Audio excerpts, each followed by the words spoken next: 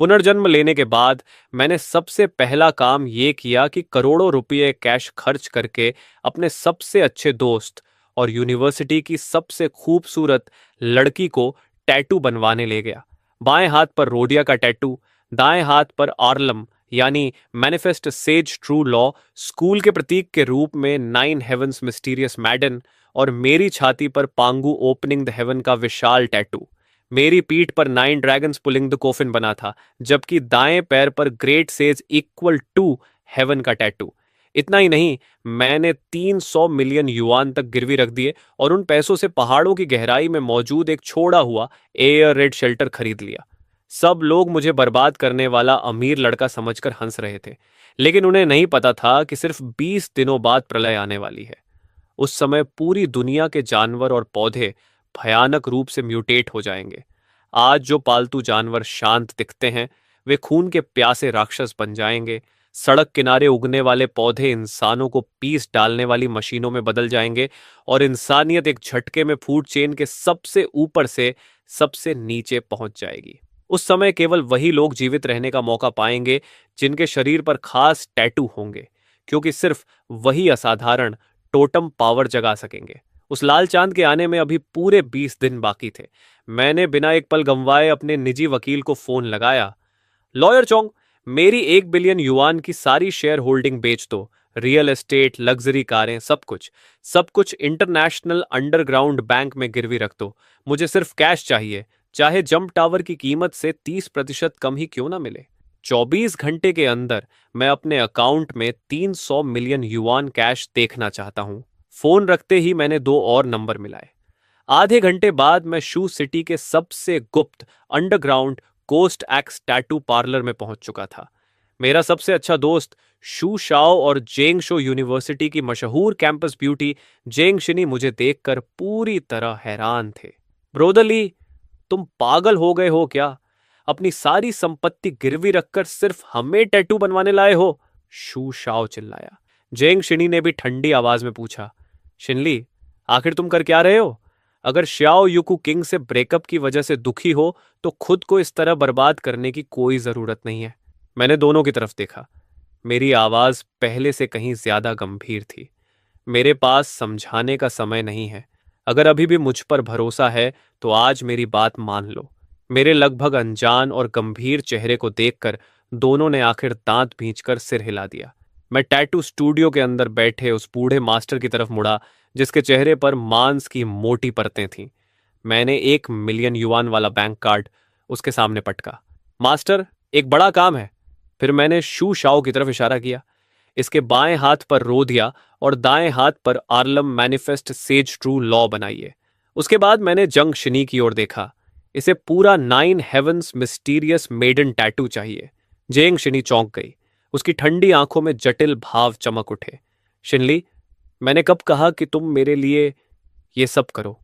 मैंने उसकी तरफ देखते हुए धीमी आवाज में कहा, इस जिंदगी में मैं तुम्हें दोबारा मरने नहीं दूंगा। जेंग शीनी की आंखें सिकुड़ गईं।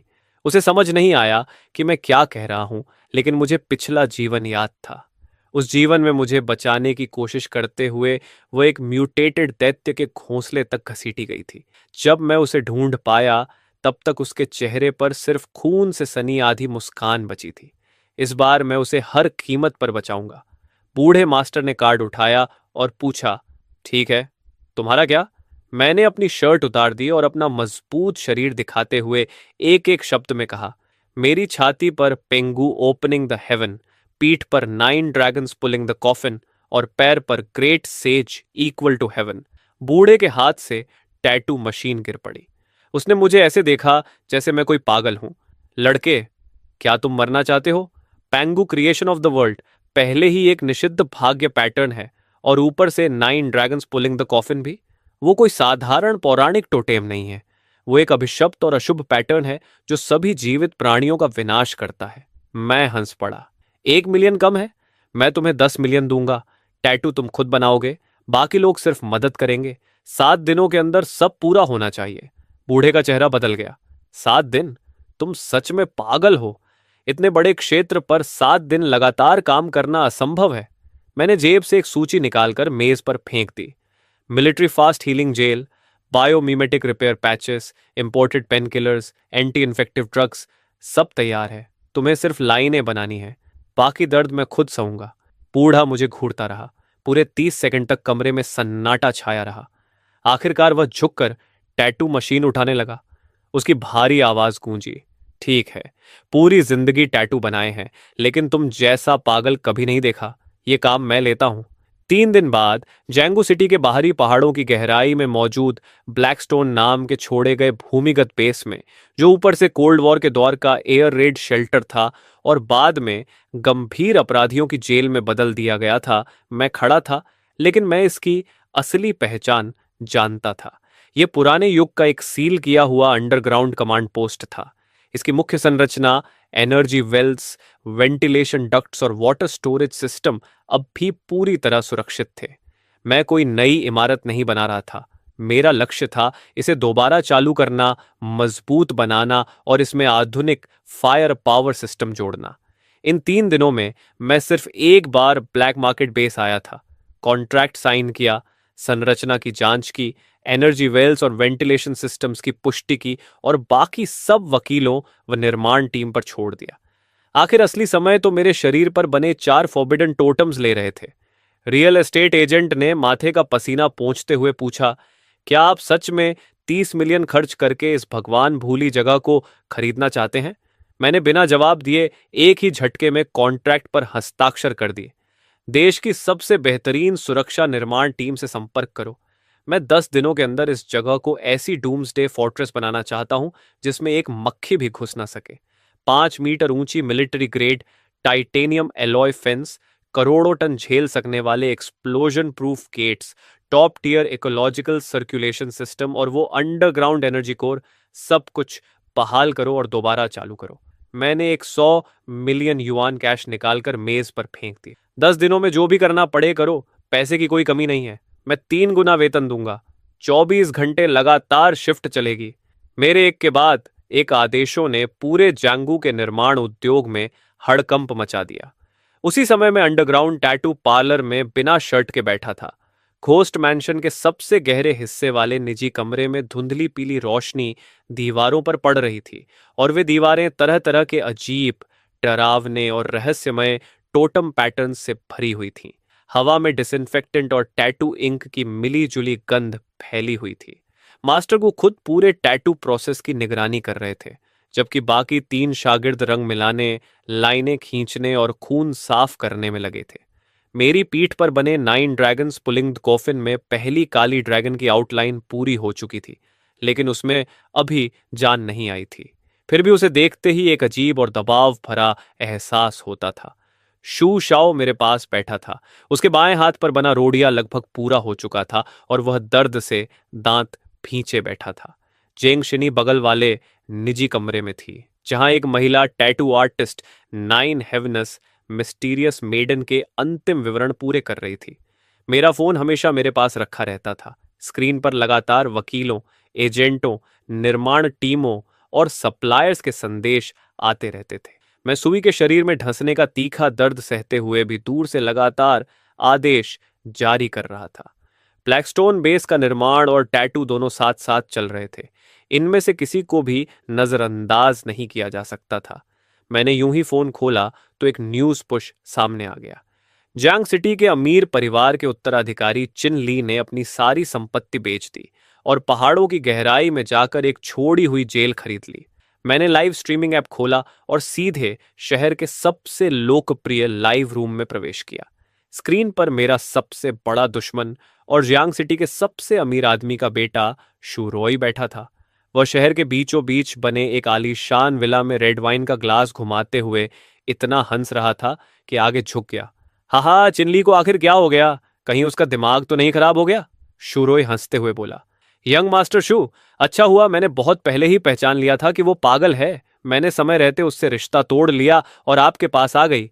सुना है कि वो जेंग शीनी को भी साथ लेकर घूम रहा है। वो घमंडी लड़की अब पूरे गैंगस्टर स्टाइल में टैटू बनवा रही है। कितना मजाकिया है। कैमरा घूमा तो श्याओ यूचिंग की कमर पर बना चमकदार लाल फूलों का टैटू दिखाई दिया, जो खून की तरह लाल और बेहद आकर्षक था। मैंने उसे देखते ही आंखें हल्की सी कोट लीं। पिछले जीवन में श्याओ यूचिंग के पास ये रेड स्पाइडर लिली टैटू नहीं था। लगता है इस जीवन में शुरोई को खुश करने के लिए उसने काफी मेहनत की थी। शुरोई कैमरे की ओर देखकर उत्साह से चिल्लाया, कौन जानता है, शायद चिनली ने अपना पूरा परिवार बर्बाद कर दिया है। सुना है कि उसने उस पहाड़ी गुफा में 100 मिलियन युआन से भी ज्यादा झोंक दिए हैं। बड़े बड़े सुपरमार्केट से सुअर का मांस, चावल और ढेर सारा सामान खरीद रहा है। क्या वो पूरी जिंदगी वहीं बिताने वाला है? उसके इतना कहते ही लाइव रूम की टिप्पणियां फट पड़ी। कमाल है, गरीबी सच में कल्पना को सीमित कर देती है। क्या अमीर लोगों का दिमाग हमेशा इतना आगे चलता है? जंगशिनी तो हमारी देवी है, वो सच में उसके साथ एयर रेड शेल्टर में रहने जा रही है? जांच पूरी हुई, शिनी जरूर पागल हो गई है। इसे सीधे मानसिक अस्पताल भेज दो। इंटरनेट पर लगातार हो रही हंसी और गालियों को देखकर शू शाओ गुस्से से कांपने लगा। ब्रोदरली, वो हरामी शू रूई ऑनलाइन तुम्हारी बेइज्जती कर रहा है। मैं अभी जाकर उसका हिसाब करता हूं, मैंने शांत स्वर में कहा। उसे भूल जाओ। स्वीप फिर मेरी त्वचा में धंसी। मैंने स्क्रीन पर शू रूई का घमंडी चेहरा देखा और मेरी आंखें शांत बनी रहीं। अभी जितना ऊंचा उछलेगा, बाद में उतना ही बुरी तरह रोएगा। फिर मैंने शू शाओ से कहा, सप्लाई काफिले पर नजर बनाए रखो। हमारी डूम्सडे फोर्ट्रेस में कोई गलती नहीं होनी चाहिए। मेरे पुनर्जन्म को पूरे 7 दिन हो चुके थे। इन 7 दिनों में मैं शायद ही कभी इस भूमिगत निजी कमरे से बाहर निकला था। मास्टर गू और उनके 3 शागिर्द बारी बारी से काम करते रहे। दिन में लाइनें खींचना, रात में रंग भरना और सुबह होने से पहले पैटर्न की मरम्मत करना। मैंने ब्लैक मार्केट से military grade fast healing gel और बायोमिमेटिक रिपेयर पैचेस भी मंगवा लिए थे। हर बार जब किसी टोटेम का एक हिस्सा पूरा होता तो उस पर तुरंत विशेष हीलिंग जेल लगा दी जाती, वरना इतनी तेज गति से काम करने पर मेरी त्वचा ज्यादा देर तक टिक नहीं पाती। 7वें दिन की देर रात गोस्ट मैंशन के सबसे गहरे निजी कमरे में टैटू मशीन की आवाज आखिरकार बंद हो गई। ट्रू लॉर्ड वाला टैटू 2 दिन पहले ही पूरा हो चुका था। चांगशनी का 9 हेवंस मिस्टीरियस मेडन भी कल पूरा हो गया था। और अब आखिरकार मेरे शरीर पर मौजूद चारों फॉरबिडन टोटम्स पूरी तरह तैयार थे। छाती पर पैंगू ओपनिंग द हेवन, पीठ पर 9 ड्रैगन्स पुलिंग द कॉफिन और पैरों पर great sage equal to heaven. Master Gu ने दस्ताने उतारते हुए मेरे शरीर पर बने पैटर्नों को देखा और लंबी सांस छोड़ी। यंग मास्टर चिन, मैंने पूरी जिंदगी टैटू बनाए हैं, लेकिन इतना बड़ा काम पहले कभी नहीं लिया। Pangu opening the heaven, 9 dragons pulling the coffin और great sage equal to heaven. पूरे जांग सिटी के टैटू समुदाय में कोई भी यह दावा नहीं कर सकता कि उसने मुझसे ज्यादा खतरनाक और शक्तिशाली टैटू बनाए हैं। मैं टैटू चेयर से उठकर आईने के सामने खड़ा हो गया। चारों निषिद्ध टोटेम मेरे सीने, पीठ और पैरों को ढके हुए थे। हर रेखा तेज, प्राचीन और भारी महसूस हो रही थी, खासकर मेरी पीठ पर बना 9 ड्रैगन्स पुलिंग द कॉफिन। 9 काले ड्रैगन मेरी रीढ़ की दोनों तरफ लिपटे हुए थे। उनकी परत दर परत बनी ड्रैगन स्केल्स बेहद वास्तविक लग रही थीं। 9 ड्रैगनों की पूंछें पीठ के बीच में मिलकर एक प्राचीन काले ताबूत को खींच रही थीं। लाल जंजीरें उस काले ताबूत को कसकर बांधे हुए थीं। यह सिर्फ एक टैटू था, लेकिन फिर भी उसे एक अवर्णनीय दबाव निकल रहा था। मास्टर गू उसे देखकर अनायास ही निकल गया। सच कहूं तो अगर मैंने इसे अपनी आंखों से न देखा होता तो मुझे लगता कि यह चीज रात में खुद चलने लगेगी। मैंने कपड़े पहन लिए और शरीर पर बने टोटेम छिपा दिए। अभी वे सिर्फ टैटू थे। जब रेड मून उतरेगा तभी वे सच में जागेंगे। मास्टर गू चौंक गया। Red moon? मैंने कोई जवाब नहीं दिया, बस फोन उठाकर समय देखा। रेड मून आने में अभी पूरे 12 दिन बाकी थे। चलो, मैंने कहा, ब्लैकस्टोन बेस चलकर अपनी ड्यूम्सडे फोर्ट्रेस की जांच करते हैं। 2 घंटे बाद हम जियांग सिटी के बाहरी पहाड़ों की गहराई में पहुंचे। ब्लैकस्टोन नाम का भूमिगत बेस शुरुआती नवीनीकरण पूरा कर चुका था। वेंटिलेशन सिस्टम, मुख्य ऊर्जा कोर और पूरा इकोलॉजिकल सर्कुलेशन सिस्टम दोबारा चालू हो चुका था। अगले 12 दिनों तक मैंने लगभग आराम नहीं किया।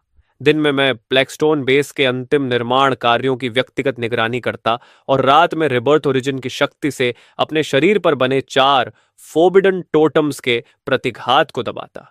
एक के बाद एक ट्रक भरकर संसाधन और सामान बेस तक पहुंचाए जा रहे थे। चावल, आटा, ठंडा रखा गया मांस, डिब्बाबंद भोजन, पीने का पानी, दवाइयाँ, डीजल, भारी ऑफ रोड वाहन, backup generator, military grade protective suits, जो भी सर्वाइवल के लिए खरीदा जा सकता था, मैं सब कुछ खरीद रहा था। बाहर की दुनिया के हर इंसान को लगता था कि मैं पागल हो गया हूं, लेकिन सिर्फ मैं जानता था कि सभ्य दुनिया के पास अब ज्यादा समय नहीं बचा है। रेड मून आने से एक दिन पहले आखिरी खेप का सामान भी ब्लैकस्टोन बेस पहुंच चुका था।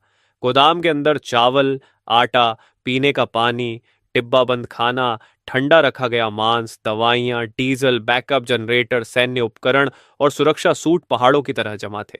भूमिगत गोदाम की तीनों मंजिलें लगभग पूरी तरह भर चुकी थीं। शू शाओ गोदाम के प्रवेश द्वार पर खड़ा यह सब देख रहा था।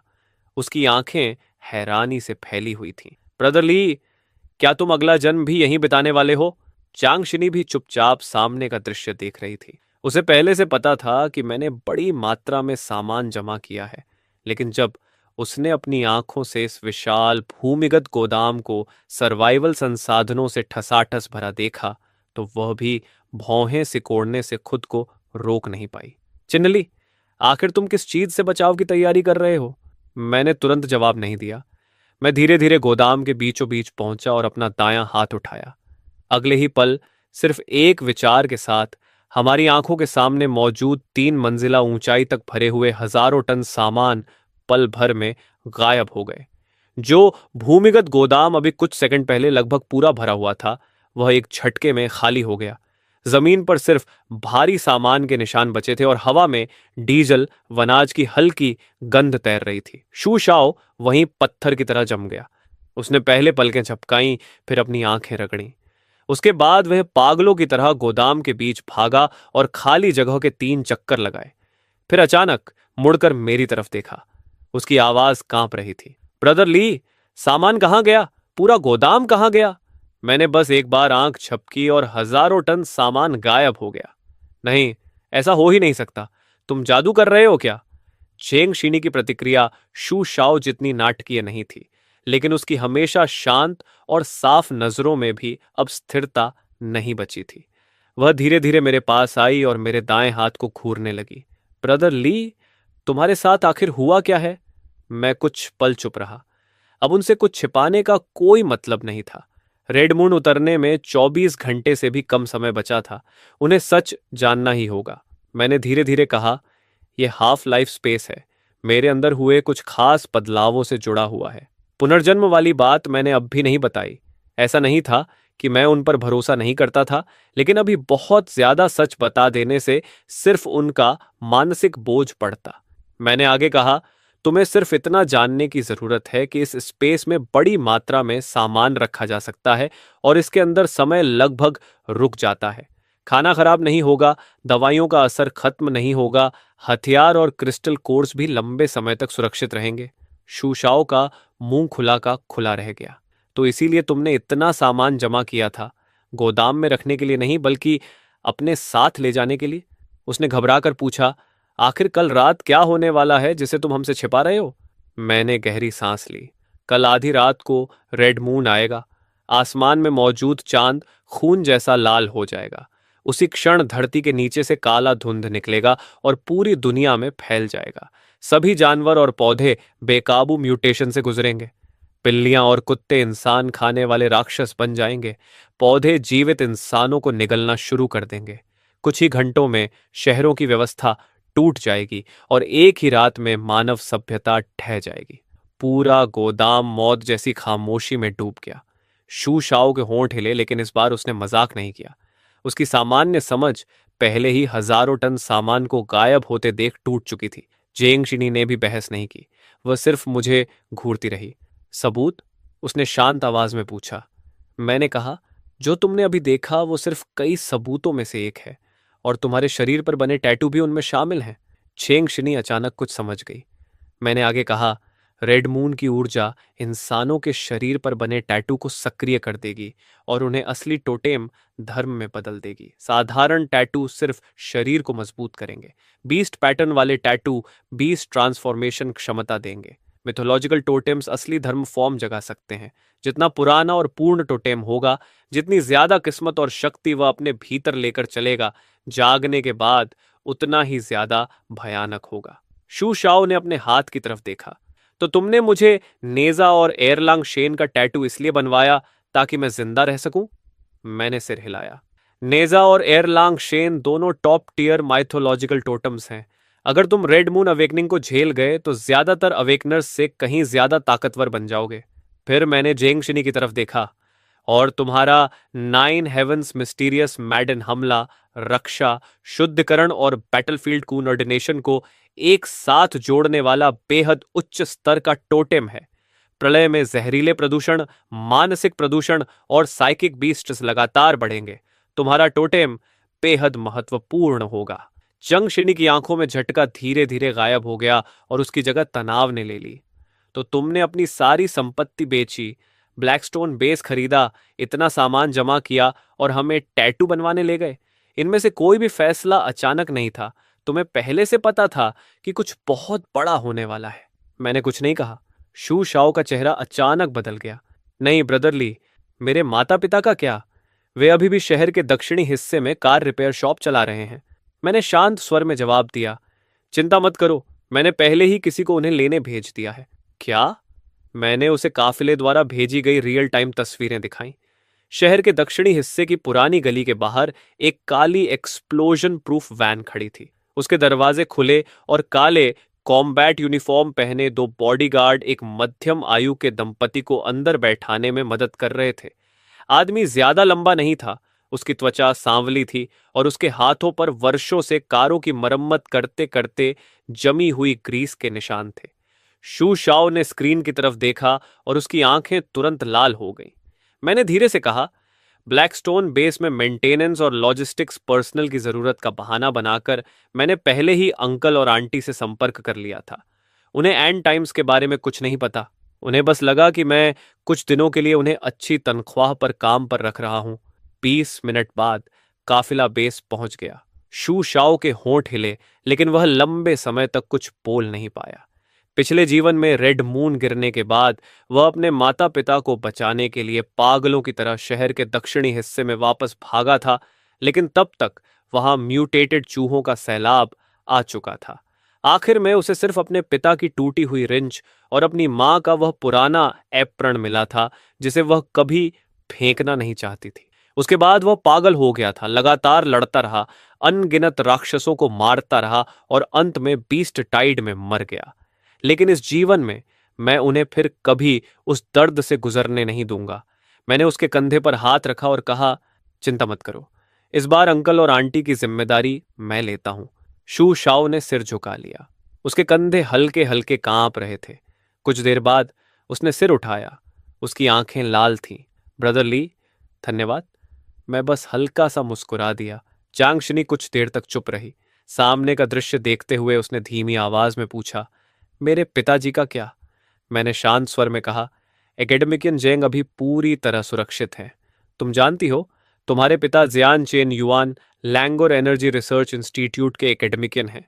आधा महीना पहले ही उन्हें सेना क्योटो के भूमिगत बेस में ले गई थी, जहां वे एक top level core energy project में हिस्सा ले रहे हैं।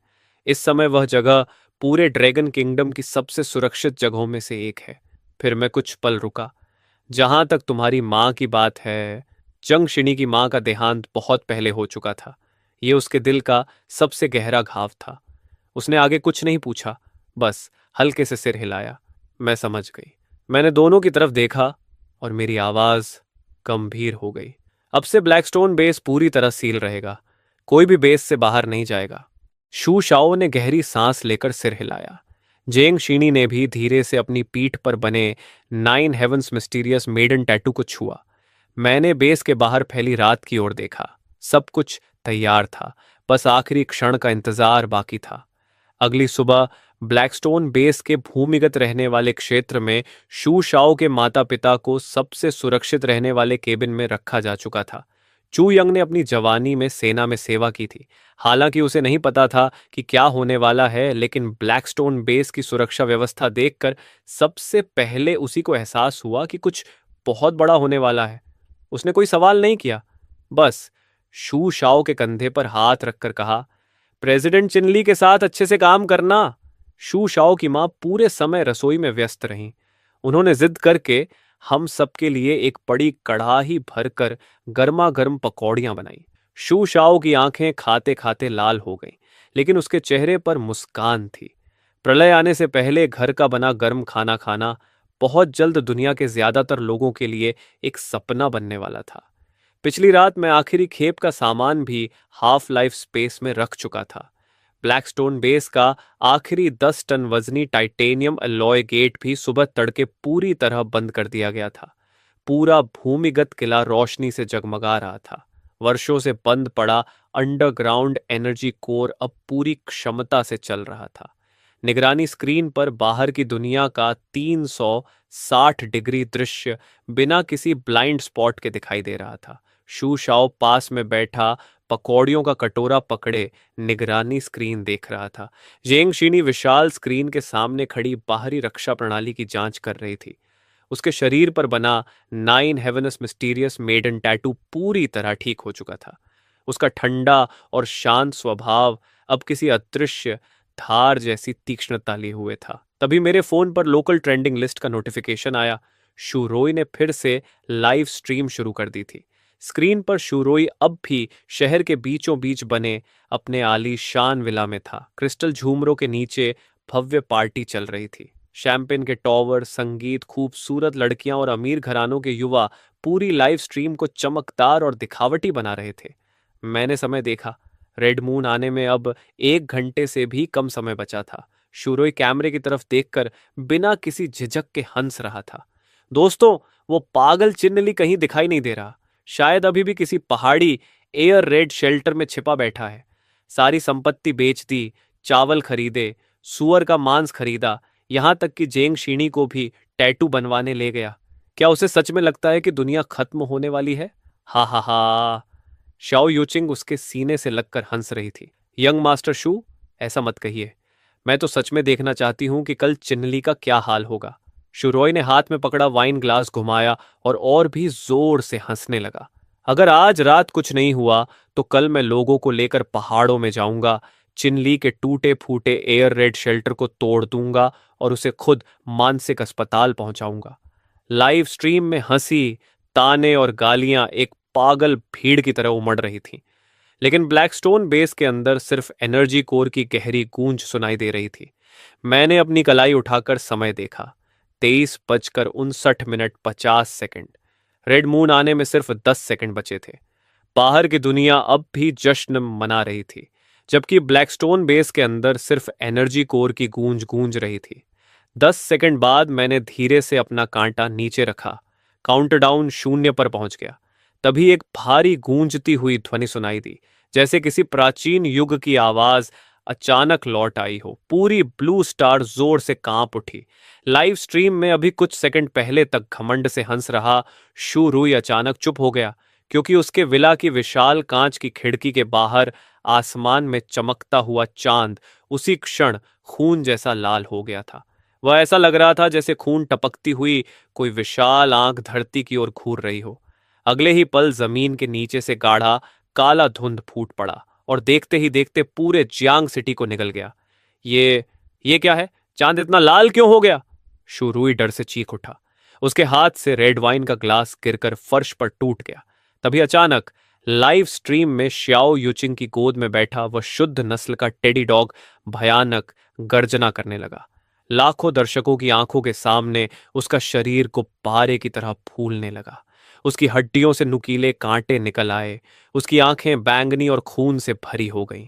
उसका मुंह फैल गया और उसमें उस तरह जैसी तेज दांत उग आए।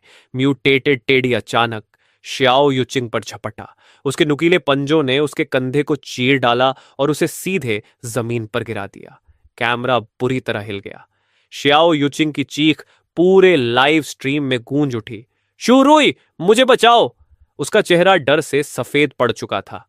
उसने बेतहाशा अपना हाथ शू रुई की तरफ बढ़ाया, लेकिन शू रुई खुद डर के मारे पागल हो चुका था। दूर हटो, मेरे पास मत आना! वह पीछे हटता गया। उसने श्याओ युचिंग के बड़े हुए हाथ को भी लात मारकर दूर कर दिया और घबराकर दूसरी मंजिल की ओर भागने लगा। श्याओ युचिंग जमीन पर गिर गई। उसके कंधे से खून बह रहा था और पूरा शरीर कांप रहा था। शूरोय, मेरी मदद करो। लेकिन उसे सिर्फ शूरोई की भागती हुई पीठ दिखाई दी। म्यूटेटेड टेडी गुर्राता हुआ फिर उसकी ओर बढ़ा। उसकी खून से भरी आंखें सीधे श्याओ युचिंग पर टिकी हुई थीं। लाइव स्ट्रीम की टिप्पणियां पागलों की तरह दौड़ रही थीं। उसे बचाओ। शूरुई अकेला भाग गया। अभी तक तो कह रहा था कि उससे प्यार करता है। अब उसे मरने के लिए छोड़ दिया। सब खत्म हो गया। वो मरने वाली है। शाओ यूचिंग की आंखों में बची हुई उम्मीद धीरे धीरे खत्म हो गई। उसकी जगह गहरी नफरत और कड़वाहट ने ले ली। और ठीक उसी समय जब वह राक्षसी टेडी उस पर झपटने वाला था, उसकी कमर पर बना रेड स्पाइडर लिली टैटू अचानक खून जैसे लाल प्रकाश से चमक उठा। उसके पैरों के नीचे लाल स्पाइडर लिली की पंखुड़ियां धीरे धीरे खिलने लगीं। हवा में एक ठंडी लेकिन अजीब तरह से मीठी फूलों की खुशबू फैल गई। म्यूटेटेड टेडी अचानक वहीं रुक गया। ऐसा लग रहा था जैसे उसे किसी बेहद खतरनाक चीज की गंध मिल गई हो। उसकी लाल आंखों में डर की एक झलक उभर आई। श्याओ युचिंग ने धीरे धीरे अपना सिर उठाया। उसकी पुतलियों की गहराई में खून जैसे लाल फूलों का अथाह समुद्र खिलता हुआ दिखाई दे रहा था। लेकिन उस खूबसूरती के भीतर एक ऐसी ठंडक छिपी थी जो रूह तक जमा दे। उसने धीमी आवाज में कहा, तुमने मुझे छोड़ क्यों दिया? उस समय शुरुई सीढ़ियों की तरफ भाग चुका था। उसकी पूरी देह अचानक अकड़ गई। उसने घबराकर पीछे मुड़कर देखा। श्याओ युचिंग के पैरों के नीचे रेड स्पाइडर लिली के फूल चुपचाप खिल रहे थे।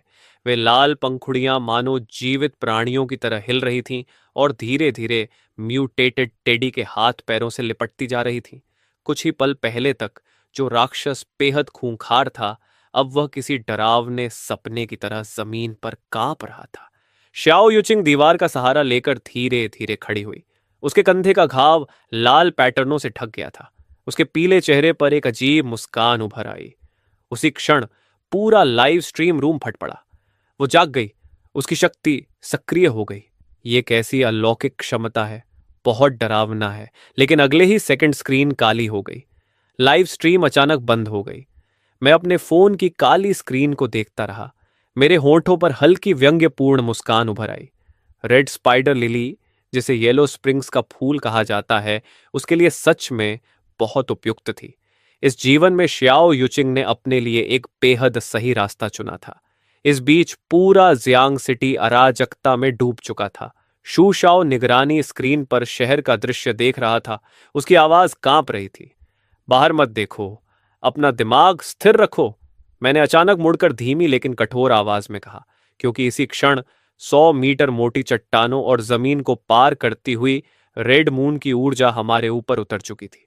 शू शाओ और जेंग शिनी दोनों दर्द भरी कराह निकाल बैठे। रेड मून की ऊर्जा उबलते लावे की तरह उनके शरीरों में घुस रही थी। शू शाओ के बाएं हाथ पर बना Nezha, great god of the three altars का टैटू भयंकर अग्नि में बदल गया। उसके दाएं हाथ पर मौजूद अर्लंग शन मैनिफेस्ट सेज ट्रू लॉर्ड का तीसरा नेत्र मानो खुल गया हो। सुनहरी रोशनी चारों दिशाओं में फैल गई। जांगशनी के 9 हेवंस मिस्टीरियस मेडन टोटम ने अनगिनत दिव्य छवियां धारण कर लीं और उसे धीरे धीरे हवा में उठा लिया। उसकी पहले की ठंडी और दूर रहने वाली आभा अब पवित्र और अछूती लगने लगी। वे दोनों जाग चुके थे, लेकिन जो रेड मून ऊर्जा में सह रहा था वह उनकी तुलना में 10 या 100 गुना अधिक भयानक थी। थम! मैंने अपने शरीर पर मौजूद जैकेट को एक झटके में फाड़ दिया। मेरी छाती पर बना पंगु टोटम अचानक गहरे सुनहरे प्रकाश से चमक उठा। एक प्राचीन और वीरान युग की भावना पूरे वातावरण में फैल गई। ऐसा लगा मानो कोई ऐसी परम शक्ति जाग उठी हो जो अनंत काल को भी कुचल सकती है। मेरे केंद्र में एक भयानक ऊर्जा विस्फोट हुआ। उसी समय मेरी पीठ में किसी चीज के फटने जैसी तीखी पीड़ा दौड़ गई। अगले ही पल एयर रेड शेल्टर की गहराइयों में एक साथ 9 गूंजती हुई ड्रैगन गर्जनाएं फूट पड़ी। मेरी पीठ पर बना 9 dragons pulling the coffin totem red moon की ऊर्जा से पूरी तरह जाग चुका था। मेरे पीछे धीरे धीरे 9 विशाल काले ड्रैगन की परछाइयां उभरने लगीं। उनकी विशाल स्केल्स ठंडी चमक बिखेर रही थीं। उनकी लाल आंखें एक साथ खुल गईं। वे अपने पीछे एक प्राचीन काला ताबूत खींच रहे थे जो हवा में तैर रहा था। ताबूत पर लिपटी लाल जंजीरें कसकर तनी हुई थीं। एक पल में ऐसा निषिद्ध दबाव पूरे भूमिगत किले में फैल गया जिसे शब्दों में बयान करना मुश्किल था। शू शाओ का चेहरा सफेद पड़ गया। वह कई कदम पीछे हट गया। जेंग शिनी के पीछे उभर रही नाइन हेवंस मिस्टीरियस मैडन की दिव्य छाया भी हल्के से कांप उठी, जैसे उसे सहज रूप से खतरे का एहसास हो गया हो। उसी समय great sage equal to heaven की शक्ति भी जाग उठी। एक सुनहरी आकृति आकाश तक उठती हुई दिखाई दी। युद्ध की असीम शक्ति और ऐसा स्वर्णिम शरीर जो किसी भी तकनीक से नष्ट नहीं हो सकता था। इस क्षण मेरे चारों सर्वोच्च टोटम्स एक साथ सक्रिय हो गए थे, लेकिन मैंने तुरंत उन्हें एक दूसरे से टकराने से रोक दिया। ये चारों शक्तियां अभी बहुत अधिक ताकतवर थीं। मैं बिना कीमत चुकाए एक साथ सब कुछ इस्तेमाल नहीं कर सकता था। पैंगू मेरी मुख्य शक्ति थी। Nine dragons pulling the coffin दमन की शक्ति थी। Great sage equal to heaven युद्ध का प्रतीक था। हर बार मैं इनमें से केवल एक शक्ति को पूरी तरह सक्रिय कर सकता था। तभी एयर रेड शेल्टर के बाहर लगे टाइटेनियम अलॉय गेट पर भयंकर टक्कर की आवाज गूंजी। निगरानी स्क्रीन पर पहाड़ों के भीतर मौजूद म्यूटेटेड जंगली सुअर और दूसरे म्यूटेंट जानवर पागलों की तरह दरवाजे पर हमला कर रहे थे। वे जीवित इंसानों की गंध सूंघ चुके थे। ब्रदर ली, पहाड़ों के म्यूटेटेड जानवर यहां पहुंच गए हैं। शूशाओ ने एयरलांग शेन की शक्ति से बनी 3 नोक वाली दिव्य भाला कसकर पकड़ ली। उसकी आंखों में युद्ध की आग जल रही थी। मैंने अपनी गर्दन घुमाई। मेरी हड्डियों से गड़गड़ाहट जैसी आवाज निकली। चलो बाहर चलते हैं, थोड़ा शरीर गर्म कर लेते हैं। देखते हैं ये तथाकथित प्रलय के जानवर हमारे लिए खाने के साथ परोसे जाने वाले स्नैक्स बनने के लायक भी हैं या नहीं। एयर रेड शेल्टर के बाहर काला धुंध फैला हुआ था। दर्जनों म्यूटेटेड जानवर टाइटेनियम अलॉय की दीवारों से टकरा रहे थे। सबसे आगे एक 3 मीटर लंबा म्यूटेटेड जंगली सुअर था, जिसके पूरे शरीर पर काली स्केल्स उगी हुई थीं। हर टक्कर से जमीन कांप रही थी। एयर रेड शेल्टर का साइड गेट धीरे धीरे खुला। मैं बिना शर्ट पहने लंबे कदमों से बाहर निकला। मेरे पीछे शू शाओ और जेंगशनी थे। जैसे ही म्यूटेटेड जानवरों ने ताजा खून और मांस की गंध महसूस की, वे सब एक साथ रुक गए। फिर उनकी लाल आंखें हमारी तरफ मुड़ गईं। म्यूटेटेड वाइल्ड बियर किंग ने जोरदार गर्जना की। उसके चारों पैर बिजली की तरह दौड़े और वह भारी टैंक की तरह मेरी तरफ टूट पड़ा।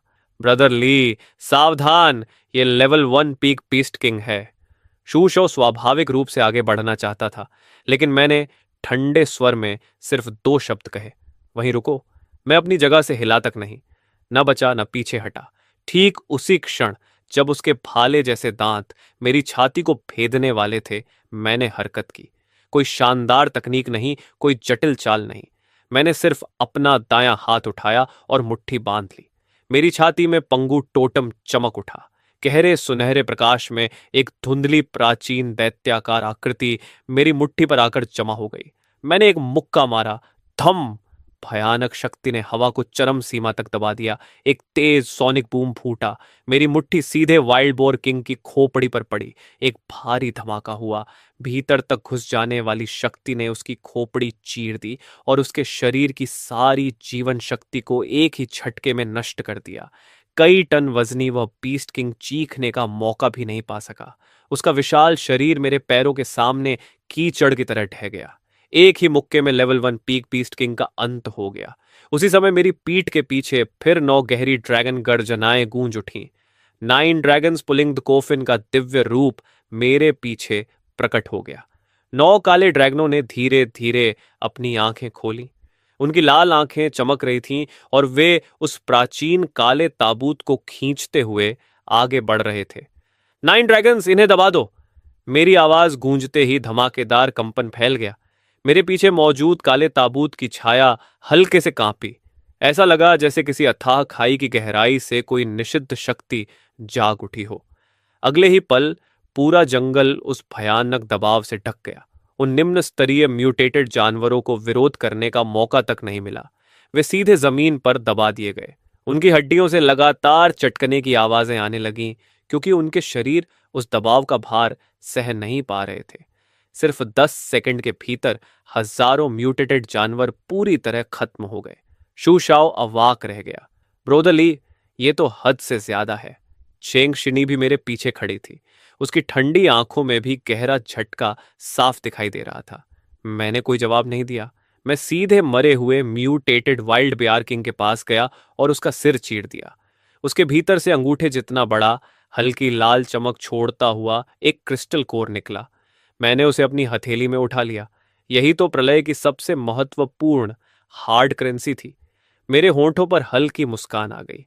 प्रलय का पहला खजाना आखिर हाथ लग ही गया। मैंने क्रिस्टल कोर को हाफ लाइफ स्पेस में रख दिया।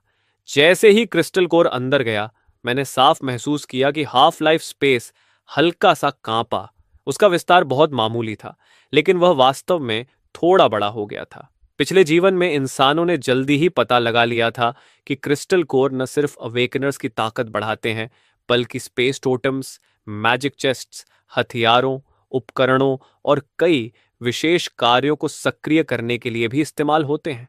बाद के प्रलय काल में तो उन्होंने सोने और मुद्रा की जगह ले ली थी और दुनिया की एकमात्र सार्वभौमिक व्यापारिक मुद्रा बन गए थे। मैंने शू शाओ की तरफ देखा। इन सभी जानवरों के क्रिस्टल कोर निकालो और मांस भी बर्बाद मत करना। शुद्ध करने के बाद उसे स्टोर किया जा सकता है। ठीक है। शू शाओ तुरंत उत्साहित हो गया।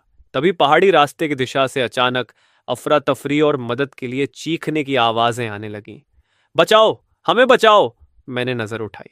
लगभग दर्जन भर लोग बुरी हालत में भागते हुए एयर रेड शेल्टर की तरफ आ रहे थे। उनके पीछे चीते जितनी बड़ी कई म्यूटेटेड ब्लड ब्लेड मैंटाइज उनका पीछा कर रही थी। मैंने आंखें सिकोड़ ली। सबसे आगे भाग रहा आदमी मुझे तुरंत पहचान में आ गया। वह लियू पांजी था, जो पहले ब्लैकस्टोन बेस के बाहरी निर्माण कार्य का फोरमैन था। पिछले जीवन में जब मैं बर्बाद हो चुका था, तो इसी आदमी ने मुझे और नीचे धकेला था। उसने अपनी जान बचाने के लिए मुझे जानवरों के सामने चारे की तरह छोड़ दिया था। बचाओ, जल्दी अंदर आने दो। हम सब जियांग सिटी के ही लोग हैं। तुम हमें मरने के लिए नहीं छोड़ सकते। लियू पांजी चीख रहा था। मैं वहीं खड़ा उसे ठंडे भाव से देखता रहा। मेरी आंखों में बर्फ जैसी ठंडक थी। पिछले जीवन में जब तुमने मुझे मौत के मुंह में धकेला था, तब तुम्हें याद नहीं आया कि हम सब एक ही शहर के लोग हैं। लियू पांगजी एक पल के लिए जड़ हो गया। वह मेरी बात नहीं समझ पाया, लेकिन मेरी आंखों का भाव पड़ गया। वह किसी को बचाने वाली नजर नहीं थी, वह नजर किसी मृत व्यक्ति को देखने वाली थी। मैंने धीरे से अपना दायां हाथ उठाया। मेरा एयर रेड शेल्टर कूड़ा स्वीकार नहीं करता। इतना कहकर मैंने उंगलियां चटका दी। अगले ही पल एयर रेड शेल्टर के चारों ओर लगी टाइटेनियम अलॉय दीवारों से भयानक हाई वोल्टेज बिजली फूट पड़ी। सामने से दौड़ती हुई ब्लड ब्लेड मैंटिसेस करोड़ों वोल्ट की बिजली से सीधे उड़ गईं और जमीन पर गिरकर तड़पने लगीं। पीस्ट, मैं गलत था, सच में गलत था। लियू पांजी डर से चीख उठा, लेकिन मैंने उसकी तरफ दोबारा देखा तक नहीं। मैं निर्दोष लोगों को मारने की पहल नहीं करता, लेकिन दुश्मनों को बचाने भी नहीं जाता। जो मुझे मारना चाहता है, वह आखिरकार मारा ही जाएगा। मैं मुड़ा और एयर रेड शेल्टर के अंदर वापस चला गया। भारी टाइटेनियम अलॉय गेट धीरे धीरे बंद हो गया। बाहर की चीखें जल्द ही काले धुंध में खो गईं। रेड मून आने के तीसरे दिन तक बाहरी दुनिया पूरी तरह जीवित नरक बन चुकी थी। शहर का केंद्र टूटे वाहनों और खंडहरों से भरा पड़ा था। आवारा बिल्लियां और कुत्ते अब बाघों जितने विशाल हो चुके थे। वे झुंड बनाकर सड़कों पर बचे हुए इंसानों का शिकार कर रहे थे। लेकिन ब्लैकस्टोन एयर रेड शेल्टर के अंदर अलग ही दुनिया थी। ताज़ा बीफ हॉट पॉट की खुशबू पूरे कमरे में फैली हुई थी। शू शाओ का मुंह तेल से चमक रहा था। वह खुशी से बोला, ब्रदर ली, अगर प्रलय में हर दिन ऐसा ही खाना मिले तो मुझे नहीं लगता कि यह इतनी बुरी चीज है। जेंग शिनी ने उसे एक ठंडी नजर से देखा। जरा बाहर जाकर कोशिश करो। शू शाओ तुरंत चुप हो गया। मैं सोफे पर पीछे टिककर बैठा था। हाथ में ठंडी बियर थी। तभी अचानक तीखा अलार्म बज उठा। वार्निंग, पेरीमीटर लाइन पर बड़ी संख्या में हीट सोर्सेस की पहचान हुई है। मैंने आराम से विशाल निगरानी स्क्रीन खोल दी। स्क्रीन पर एयर रेड शेल्टर से लगभग 1 किलोमीटर दूर पहाड़ी रास्ते पर सैकड़ों लोग हमारी तरफ बढ़ते दिखाई दिए। उनकी संख्या कम से कम 5 से 600 थी। उनके हाथों में माचेटे, स्टील पाइप और यहां तक कि कई लोगों के पास ऑटोमेटिक राइफलें भी थीं। सबसे आगे एक विशालकाय आदमी चल रहा था। उसका ऊपरी शरीर नंगा था और पूरे शरीर पर खून जैसे लाल रंग का विशाल ब्लड पाइथन टैटू लिपटा हुआ था। लॉन वू, ऑनरा ड्रैगन सोसाइटी का नेता। पिछले जीवन में इसी आदमी ने अपने S rank blood Python totem के सहारे प्रलय के शुरुआती दौर में अत्याचार मचाया था। मुझे उम्मीद नहीं थी कि इस जीवन में उसकी नजर इतनी जल्दी मुझ पर पड़ जाएगी। निगरानी स्क्रीन में लॉन्ग वू हाथ में बड़ी माचेटे पकड़े मुख्य द्वार के सामने आकर गरजा, अंदर छिपे हुए कछुए, मुझे पता है कि तुमने कई पीढ़ियों का खाना जमा किया हुआ है। दरवाजा खोलो, सारे सामान और औरतों को हमारे हवाले कर दो। अगर मेरा मूड अच्छा रहा तो तुम्हें जिंदा छोड़ दूंगा, नहीं तो आज तुम्हारे इस कछुए के खोल को तोड़कर रख दूंगा। इन हरामियों की हिम्मत तो देखो। जंग शीणी पर भी नजर रखे हुए थे। मैं मुस्कुराया। जल्दी मत करो, सुरक्षा व्यवस्था पर जो करोड़ों खर्च किए हैं उनकी आवाज भी सुन लो। एयर रेड शेल्टर के बाहर काफी देर तक कोई जवाब नहीं आया। लॉन्ग वू तुरंत गुस्से से पागल हो गया। बेशर्म, फायर करो, इस दरवाजे को उड़ा दो। 3 रॉकेट दहाड़ते हुए आगे बढ़े और सीधे मुख्य द्वार से टकराए। जोरदार विस्फोट ने रात के आसमान को हिला दिया। औरा ड्रैगन सोसाइटी के लोग खुशी से चिल्लाने लगे। उड़ गया! कौन सी डूम्सडे फोर्ट्रेस? हमारे बॉस लॉन्ग के सामने तो ये सिर्फ लोहे का कछुआ है। लेकिन जैसे ही धुआं छंटा, सबकी मुस्कान जम गई। चांदी जैसे रंग का टाइटेनियम अलॉय गेट अब भी अपनी जगह पर मजबूती से खड़ा था। उसकी सतह पर एक स्पष्ट गड्ढा तक नहीं बना था। लॉन्ग वू का चेहरा काला पड़ गया। फिर से फायर करो। तभी दीवार के ऊपर लगा धातु कवच दोनों तरफ खिसक गया। अगले ही पल छिपे हुए हिस्सों से 12 6 नली वाले गैटलिंग हेवी मशीन गन्स धीरे धीरे बाहर निकल आए। उनके काले मुंह सीधे नीचे खड़ी भीड़ पर लॉक हो गए। निगरानी कक्ष में बैठा मैं वाइन ग्लास हाथ में लिए शांत स्वर में बोला, बाहरी प्रसारण चालू करो। अगले ही पल स्पीकरों से ठंडी आवाज गूंज उठी। यह ब्लैकस्टोन बेस है, निजी क्षेत्र, तुरंत यहां से चले जाओ, अन्यथा परिणामों की पूरी जिम्मेदारी तुम्हारी होगी। हा हा हा, प्राइवेट टेरिटरी, अब भी नियमों की बात कर रहा है। लॉन्ग वू पागलों की तरह हंस रहा था। मैंने अपना ग्लास नीचे रखा और शांत स्वर में कहा, उन्हें पूरा स्वाद चखा दो। अगले ही पल ट्रटट 12 गैटलिंग गन्स ने एक साथ आग उगलना शुरू कर दिया। बड़े कैलिबर की आर्मर पियर्सिंग गोलियां मिलकर एक ऐसी धातु की आंधी बन गई जिसे कोई पार नहीं कर सकता था। पूरी पहाड़ी सड़क आग की रोशनी से जगमगा उठी। औरा ड्रैगन सोसाइटी के गुंडे झुंड के झुंड गिरने लगे। सिर्फ आधे मिनट के भीतर हर तरफ चीखें और कराहें गूंजने लगीं। 200 से ज्यादा गुंडे वहीं लड़ने लायक नहीं बचे। बाकी लोग डर के मारे पीछे भागने लगे। मैं निगरानी कक्ष में बिना किसी भाव के यह सब देख रहा था। प्रलय के समय कुछ लोग बचाए जाने के योग्य नहीं होते। मैंने सीज फायर का बटन दबा दिया। ब्लैकस्टोन बेस के बाहर जो ऑनरा ड्रैगन सोसाइटी कुछ देर पहले 5 से 600 लोगों के साथ आई थी, अब उसकी आधी से भी कम संख्या बची थी। हरामजादे, मैं तुझे जिंदा खाल उतार दूंगा। लॉन्ग वू खून से लथपथ खड़ा हुआ। उसके पूरे शरीर पर खून जैसी लाल स्केल्स उभर आई थीं। S rank blood Python awakener होने के कारण उसकी जीवन शक्ति और रक्षा क्षमता बेहद मजबूत थी। सामान्य हथियार उसे आसानी से नहीं मार सकते थे। 5 एलिमेंटल अवेकनर्स, मेरे लिए सुरंग खोदो। आज अगर अंदर वाले को नहीं मारा तो मैं इंसान नहीं। उसके कई अधीनस्थ, जिनके पास मोल रैट जैसे भूमिगत खोदने वाले टोटम्स थे, तुरंत जमीन में सुरंग बनाने लगे। मैंने निगरानी स्क्रीन को ठंडी नजरों से देखा। मूर्ख, मैं खड़ा हो गया। शू शाओ जांगशनी, घर की रक्षा करना, मैं बाहर का कचरा साफ करके आता हूं। भारी टाइटेनियम अलॉय गेट धीरे धीरे खुला और मैं अकेला बाहर निकल गया। लॉन्ग वू ने मुझे देखते ही व्यंग्य से हंसा। आखिर बाहर आने की हिम्मत कर ही ली। भाइयों, इसे टुकड़े टुकड़े कर दो। 200 से ज्यादा बचे हुए गुंडे तुरंत हथियार उठाकर मेरी तरफ दौड़ पड़े। मैं अपनी जगह से हिला तक नहीं। धीरे धीरे मैंने अपना बायां पैर आगे बढ़ाया। मेरे बाएं पैर पर बना ईस्टर्न एम्परर तई टोटम अचानक गहरे सुनहरे प्रकाश से चमक उठा। ऐसा लगा जैसे पूरी दुनिया को जला देने वाली गर्मी मेरे शरीर से निकल रही हो। ट्रू फायर सोल जाग उठा। मैंने अपना पैर जमीन पर पटका। थम! सुनहरी आग का समुद्र चारों तरफ फैल गया। सबसे आगे दौड़ रहे दर्जनों लोग उसी क्षण जलते हुए उड़ गए। जैसे ही वे सुनहरी आग को छूते, उनके शरीर पीछे फेंक दिए जाते। जमीन काली पड़ गई। स्टील के हथियार पिघलकर लाल लोहे में बदल गए। इतनी भयानक गर्मी थी कि कोई भी मेरे पास तक नहीं पहुंच पाया। सिर्फ एक बार में 200 से ज्यादा हमलावरों का हौसला टूट गया। अब पूरे मैदान में सिर्फ लॉन्ग वू खड़ा रह गया था।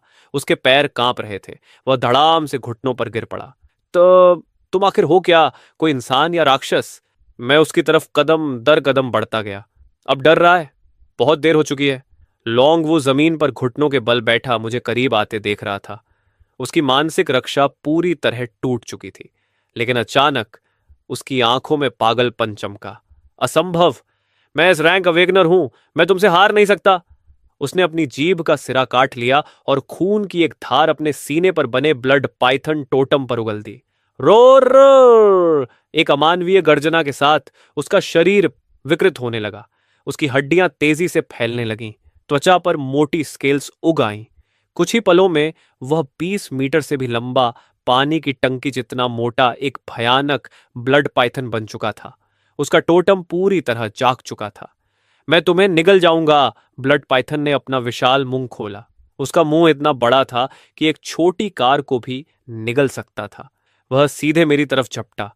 खून की दुर्गंध भरी हवा मेरे चेहरे से टकराई। उसने रास्ते के पत्थर और मलबा तक निगल लिया। मैंने तिरस्कार से हंसते हुए कहा, सिर्फ बड़ा हो जाने से कुछ नहीं होता। तभी मेरा दायां पैर आगे बढ़ा। Great sage equal to heaven का टोटम सुनहरी रोशनी से चमक उठा। एक ऐसी विद्रोही और सर्वशक्तिमान युद्ध भावना फूट पड़ी जो आकाश और धरती को चुनौती दे सकती थी। अगले ही पल मेरा पूरा शरीर सुनहरी रोशनी से ढक गया। मेरी हड्डियां गरजने लगीं, खून उबलने लगा। मेरे पीछे सुनहरे कवच पहने एक विशाल दिव्य छाया प्रकट हुई। उसके सिर पर Phoenix winged purple gold crown था। जब उसकी सुनहरी आंखें खुलीं तो ऐसा लगा जैसे आसमान में फैला काला धुंध भी चीर दिया गया हो।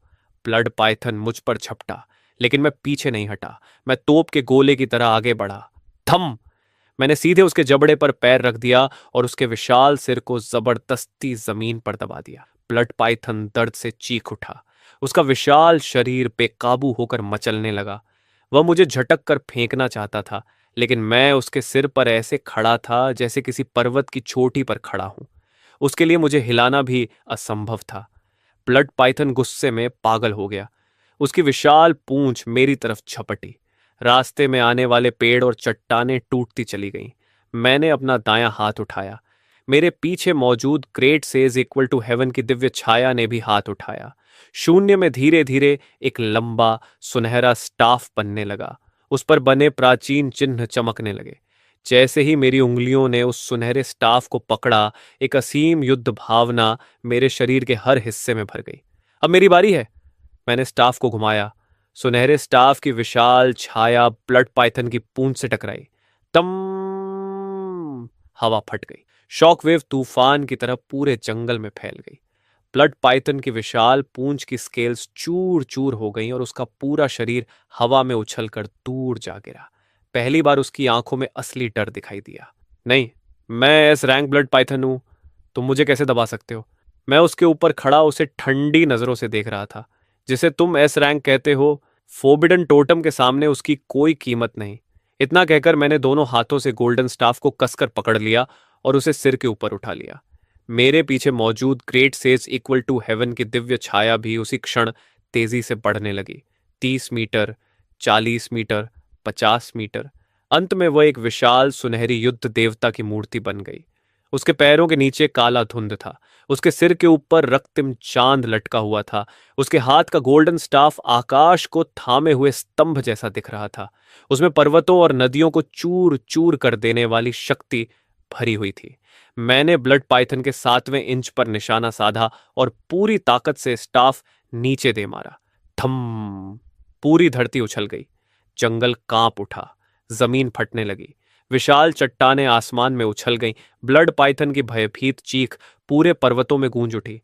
ब्लड पाइथन का विशाल शरीर सीधे जमीन में धंस गया।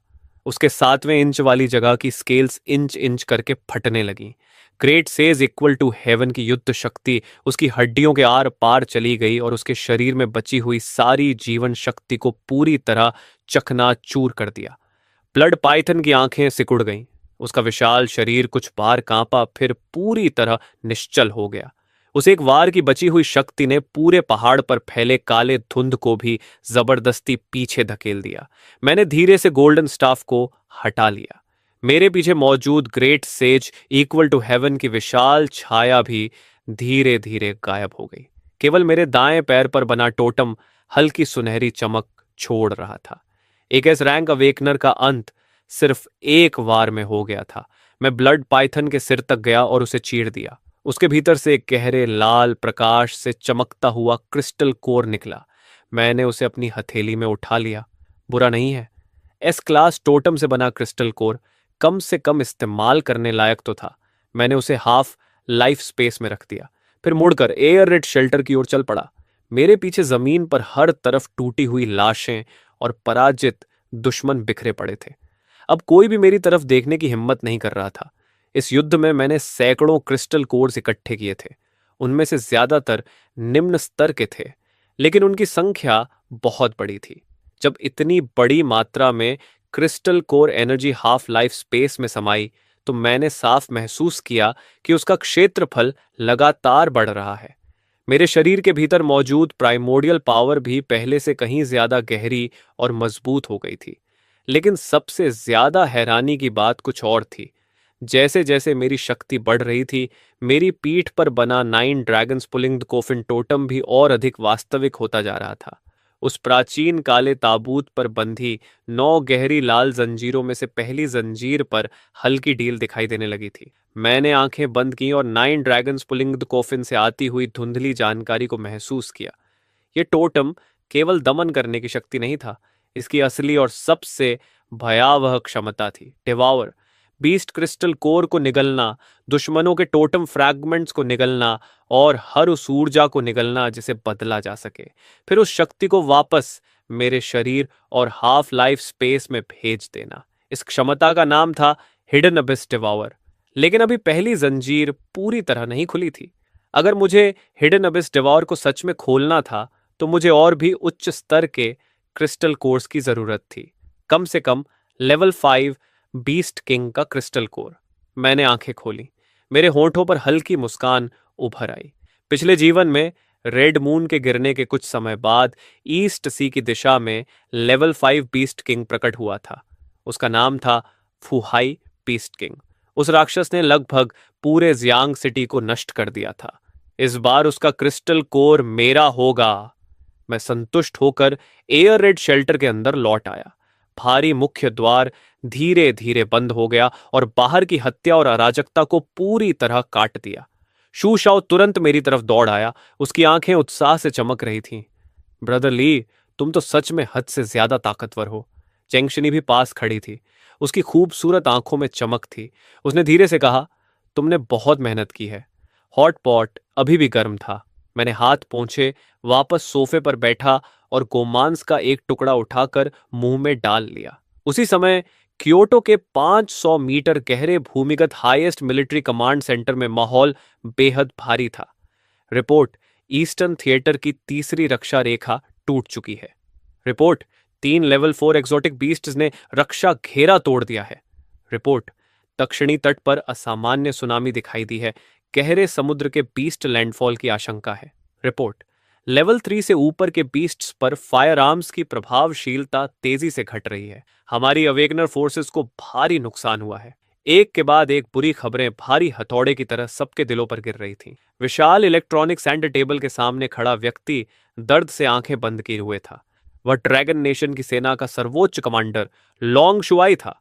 रेड मून को आए सिर्फ 3 दिन हुए थे और जिस आधुनिक सभ्यता पर इंसान गर्व करता था, उसका अधिकांश हिस्सा तबाह हो चुका था। यहां तक कि सेना भी उन भयानक म्यूटेटेड जानवरों के सामने लगातार संघर्ष कर रही थी।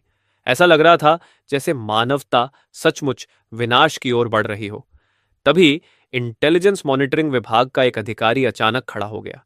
कमांडर इन चीफ, अभी अभी हाई एल्टीट्यूड स्टेल्थ ड्रोन से एक वीडियो वापस आया है, आपको इसे देखना होगा। विशाल स्क्रीन पर तुरंत फुटेज दिखाई गई। कैमरा तेजी से झूम हुआ। स्क्रीन पर एक गहरे पहाड़ों के बीच बना विशाल किला दिखाई दिया, जो टाइटेनियम अलॉय की दीवारों से घिरा हुआ था। किले के बाहर जंगल गोलियों और आग से पूरी तरह तबाह हो चुका था। हर तरफ औरा ड्रैगन सोसाइटी के छोड़े हुए वाहन और हथियार बिखरे पड़े थे और स्क्रीन के बीचों बीच एक युवक खड़ा था जिसकी ऊपरी देह नंगी थी। वह अकेला किले के बाहर पहाड़ी रास्ते पर खड़ा था।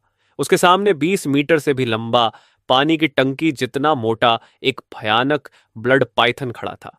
उसके पूरे शरीर पर गहरे लाल रंग की स्केल्स थीं। उसकी आंखें पागलपन से भरी हुई थीं और उसका विशाल शरीर ऐसा लग रहा था जैसे कोई राक्षस सीधे नरक से निकल कर आया हो। कमांडर इन चीफ, क्या हमें तुरंत नजदीकी सेना भेजकर सहायता करनी चाहिए? एक अधिकारी ने पूछा। लॉन्ग शुआई ने सिर हिलाया। बहुत देर हो चुकी है, दूरी बहुत ज्यादा है। जब तक हमारी सेना पहुंचेगी लड़ाई खत्म हो चुकी होगी। लेकिन अगले ही सेकंड पूरा कमांड सेंटर मौत जैसी खामोशी में डूब गया। स्क्रीन पर उस युवक का शरीर अचानक सुनहरी रोशनी से चमक उठा। उसके पीछे एक विद्रोही और दिव्य युद्ध देवता की विशाल छाया प्रकट हुई। वह सुनहरे कवच में लिपटा हुआ था। उसके सिर पर Phoenix winged purple gold crown था और उसके हाथ में एक विशाल गोल्डन स्टैफ था। ड्रोन के जरिए प्रसारित दृश्य को देखकर हर व्यक्ति को ऐसा महसूस हुआ जैसे आकाश और पृथ्वी को चीर देने वाली युद्ध भावना उनके सामने फूट पड़ी हो। ये आखिर किस प्रकार का टोटम है? एक इंटेलिजेंस अधिकारी बुदबुदाया। लेकिन किसी के पास जवाब नहीं था, क्योंकि स्क्रीन पर युद्ध अपने सबसे भयानक चरण में प्रवेश कर चुका था। युवक ने एक कदम आगे बढ़ाया। उसका खून उबल रहा था। उसने दोनों हाथों से गोल्डन स्टाफ की छाया को पकड़ा। उसके पीछे मौजूद great sage equal to heaven की दिव्य छवि तेजी से बढ़ने लगी।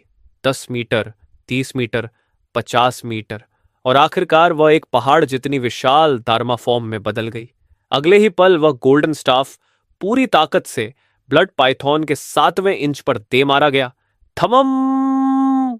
स्क्रीन के पार भी हर व्यक्ति देख सकता था कि पूरा जंगल कांप उठा।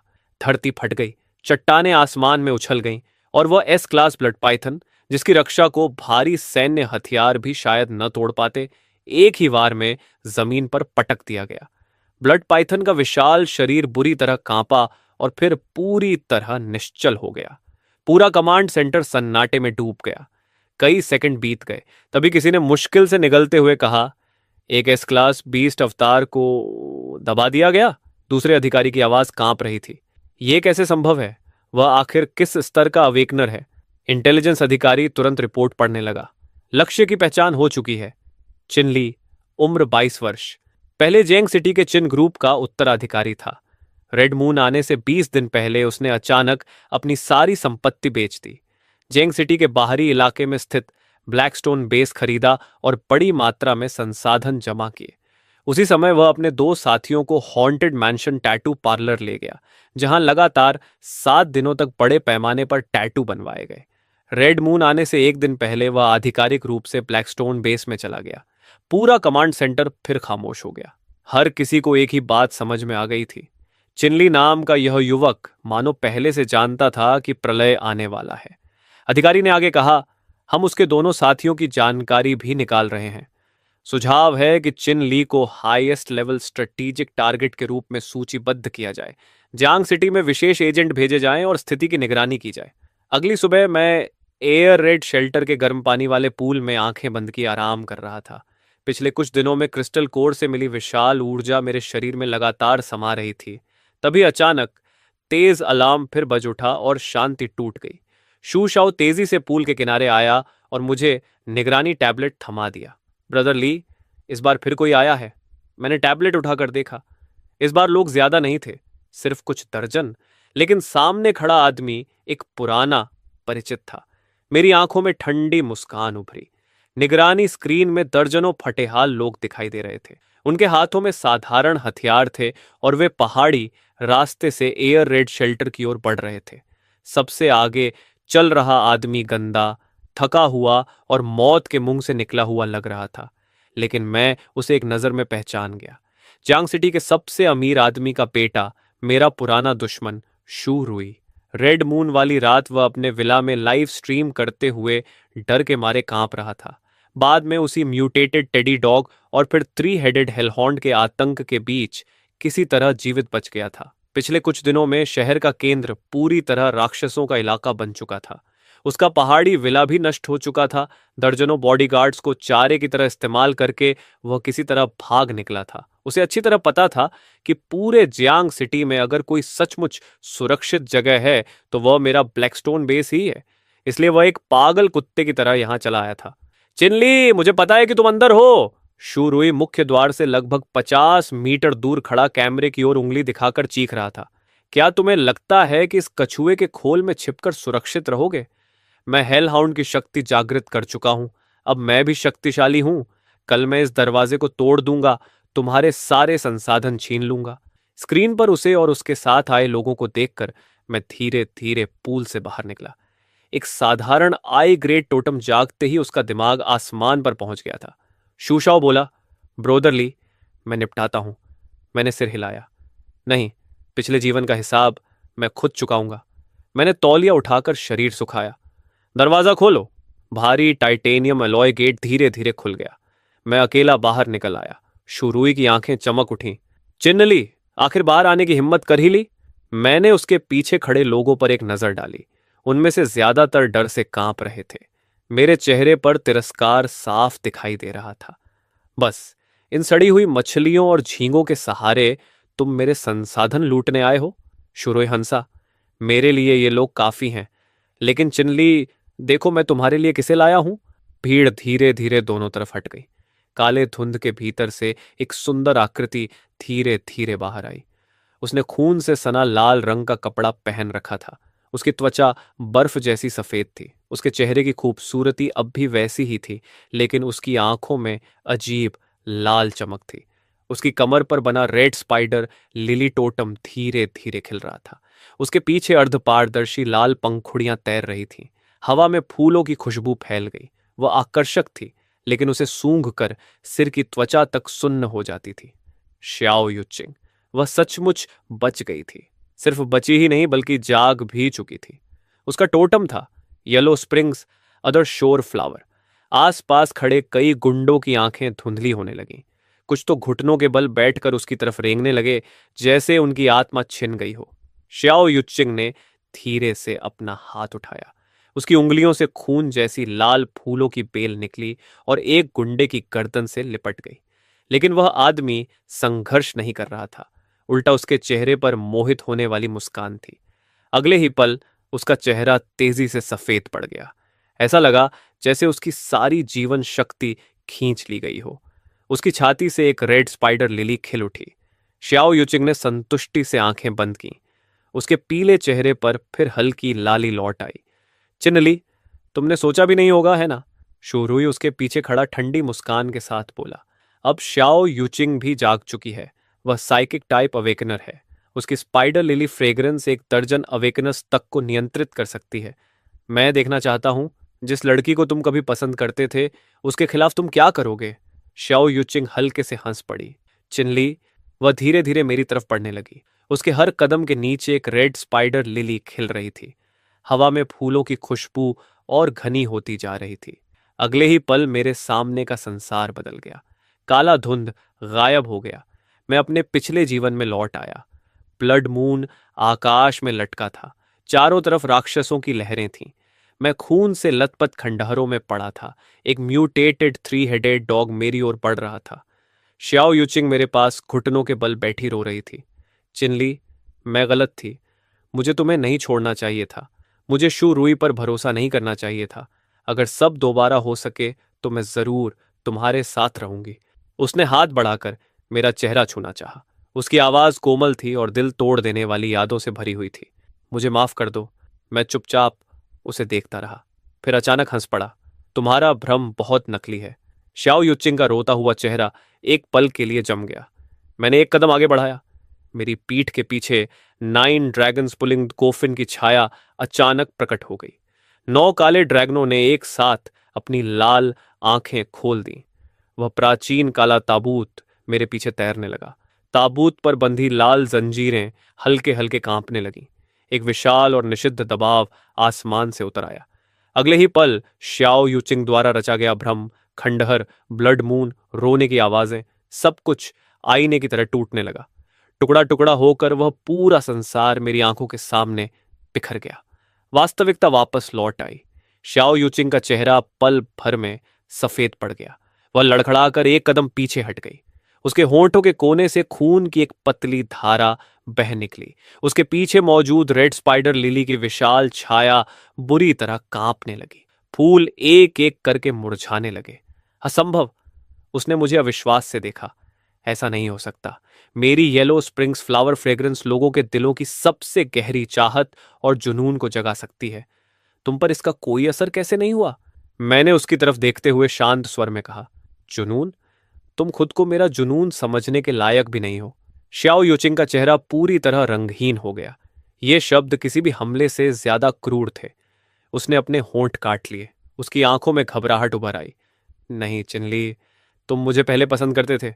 तुम बस अब भी मुझसे नफरत करते हो, है ना? अगले ही पल उसने अपना चेहरा बदल लिया। उसकी आंखों में आंसू भर आए। वह दयनीय स्वर में बोली, मैं मानती हूं कि मैं पहले गलत थी, लेकिन उस समय मुझे नहीं पता था कि प्रलय आने वाला है। मुझे लगा था कि तुम सच में पागल हो गए हो चिनली। अगर तुम मुझे एयर रेड शेल्टर में आने दो तो मैं तुम्हारे पास वापस आ जाऊंगी। मैं अब अवेकनर हूं। मैं तुम्हारी मदद कर सकती हूँ। मैं तुम्हारे लिए सर्वाइवर्स को नियंत्रित कर सकती हूँ। मैं तुम्हारे लिए काम करूंगी। तभी शू रुई गुस्से से चीख पड़ा। शाओ यूचिंग, तुम हरामजादी! अभी कुछ देर पहले तो कह रही थी कि मेरे साथ मिलकर उसे मारोगी। शाओ युचिंग तुरंत उसकी तरफ घूमी और हिस्ट्रिकल आवाज में चिल्लाई, चुप रहो शुरोई! अगर तुमने लाइव स्ट्रीम में चिन ली की बेइज्जती न की होती, अगर तुमने मुझे उसे अपमानित करने के लिए मजबूर न किया होता, तो क्या मैं आज इस हालत में पहुंचती? जब तुम भाग रहे थे, तब क्या एक बार भी पीछे मुड़कर मुझे देखा था? तुम्हें मुझ पर उंगली उठाने का कोई हक नहीं है। शूरोई गुस्से से कांपने लगा। मैं दोनों को एक दूसरे पर टूटते हुए देख रहा था। मुझे यह सब बेहद उबाऊ और बेस्वाद लग रहा था। पिछले जीवन में मैं इन्हीं दो लोगों के हाथों मरा था। सोचकर ही हंसी आती थी। चिन्नली, मैं सच में गलत थी। मुझे एक और मौका दे दो। श्याओ युचिंग ने हाथ बढ़ाकर मेरी कलाई पकड़ने की कोशिश की, लेकिन वह मुझे छू भी नहीं पाई थी कि एक अदृश्य दबाव ने उसे उड़ा दिया। मैं ऊपर से उसकी ओर देखता रहा। मेरी आवाज शांत थी। तुम्हें अपने किए पर पछतावा नहीं है। तुम्हें सिर्फ यह एहसास हुआ है कि शू रुई तुम्हारी रक्षा नहीं कर सकता और मैं उससे ज्यादा शक्तिशाली हूं। श्याओ युचिंग का शरीर कांप उठा। उसकी आंखों में जमे आंसू ठहर गए। मैंने अपना दायां हाथ उठाया। मेरे पीछे तैर रहे काले ताबूत की छाया में हलचल हुई। ताबूत की दरार से एक काली जंजीर बाहर निकली और पल भर में श्याओ युचिंग की कमर पर बने रेड स्पाइडर लिली टोटम से लिपट गई। मैंने उसे देखते हुए कहा, रेड स्पाइडर लिली सच में खूबसूरत है। अफसोस, तुमने गलत अंडरवर्ल्ड चुन लिया। मेरे शब्द गिरते ही काली जंजीर कस गई। आहा! शाओ यूचिंग दर्द से चीख उठी। उसके पीछे फैला लाल फूलों का समुद्र धमाके के साथ बिखर गया। आसमान में तैरती असंख्य स्पाइडर लिली की छायाएं एक एक करके मुरझाने लगीं। 9 ड्रैगन्स पुलिंग द कॉफिन की शक्ति ने उसके टोटम को पूरी तरह दबा दिया था। उसकी आंखों की रहस्यमयी लाल चमक तेजी से गायब हो गई। उसका शरीर जैसे सारी ताकत खो चुका हो, वैसे ही जमीन पर गिर पड़ा। मेरी शक्ति, चिनली, तुमने मेरी शक्ति सील कर दी। उसने निराशा से मुझे देखा। तुम मुझे मार ही क्यों नहीं देते? मैंने उसकी ओर बिना किसी दया के देखा। मार दूं? तुम मेरे हाथों मरने के भी लायक नहीं हो। श्याओ युचिंग का चेहरा और भी पीला पड़ गया। तभी शू रुई ने उसकी तरफ घृणा से देखा। उसकी आंखों में कोई सहानुभूति नहीं थी, सिर्फ नफरत थी। बेकार औरत, एक आदमी को भी अपने वश में नहीं कर सकी। श्याओ युचिंग ने अविश्वास से उसकी तरफ देखा। शू रुई, तुमने क्या कहा? शू रुई ने गुस्से से जमीन पर लात मारी। अगर तुम जैसी मनहूस औरत मेरी जिंदगी में ना आती, तो क्या मैं आज इस हालत में पहुंचता? श्याओ युचिंग की आंखों में बची हुई आखिरी उम्मीद भी टूट गई। मैं ये सब देखता रहा। मुझे बस और भी ज्यादा यकीन हो गया कि प्रलय किसी इंसान को नहीं बदलता। वह सिर्फ उसके दिल में छिपी सबसे गंदी चीजों को जल्दी बाहर निकाल देता है। मैंने धीरे धीरे शुरुई की तरफ देखा। नाटक खत्म हो गया। अब हमारे बीच का हिसाब चुकता करने का समय है। शुरुई के चेहरे से सारी दुष्ट मुस्कान गायब हो गई। अब वहां सिर्फ डर बचा था। उसे आखिर समझ में आ गया था कि जिस लेवल 1 हेलहुंड अवेकनर होने पर वह इतना घमंड कर रहा था, वह मेरे सामने कुछ भी नहीं था। नहीं, मैं एस रैंक अवेकनर हूं। मैं अजेय हूं। उसने आसमान की ओर मुंह उठाकर जानवर जैसी गर्जना की। उसके कपड़े फट गए। उसके पीछे 5 मीटर से भी ऊंचा 3 हेडेड हेलहॉर्न प्रकट हुआ। उसके शरीर से काली लपटें निकल रही थीं।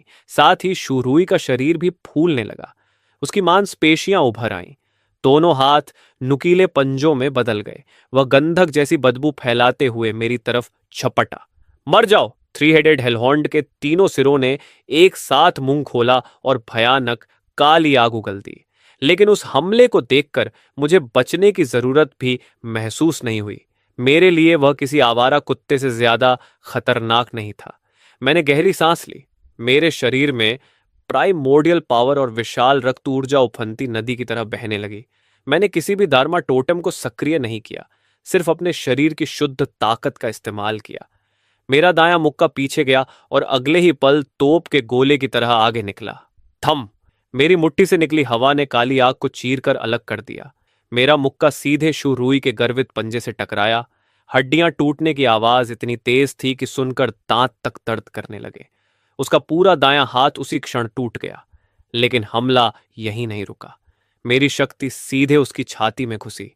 शुरुई के मुंह से खून फूट पड़ा। उसका विशाल शरीर टूटी हुई पतंग की तरह उड़ता हुआ दूर जाकर जमीन पर गिरा। असंभव! उसने अपनी धंसी हुई छाती को पकड़ लिया। उसकी आंखों में पहली बार असली डर दिखाई दिया। तुमने धारमा मैनिफेस्टेशन तक इस्तेमाल नहीं की, फिर भी इतने शक्तिशाली कैसे हो? मैं धीरे धीरे उसके पास पहुंचा। ऊपर से उसे देखते हुए कहा, क्योंकि तुम बहुत कमजोर हो। शुरुई के चेहरे पर पूरी तरह डर छा गया। चिनली, मैं गलत था, मुझे माफ कर दो। लेकिन मेरी आंखों में कोई भावना नहीं थी।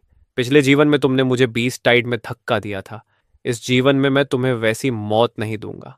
शुरुई की आंखों में उम्मीद चमक उठी। लेकिन मैंने आगे कहा, क्योंकि वो तुम्हारे लिए बहुत आसान सजा होगी। मैंने धीरे धीरे अपना हाथ उठाया। मेरे पीछे 9 ड्रैगन्स पुलिंग द कोफिन की छाया फिर उभरी। काले ताबूत का ढक्कन थोड़ा सा खुला। एक काली जंजीर बिजली की तरह बाहर निकली।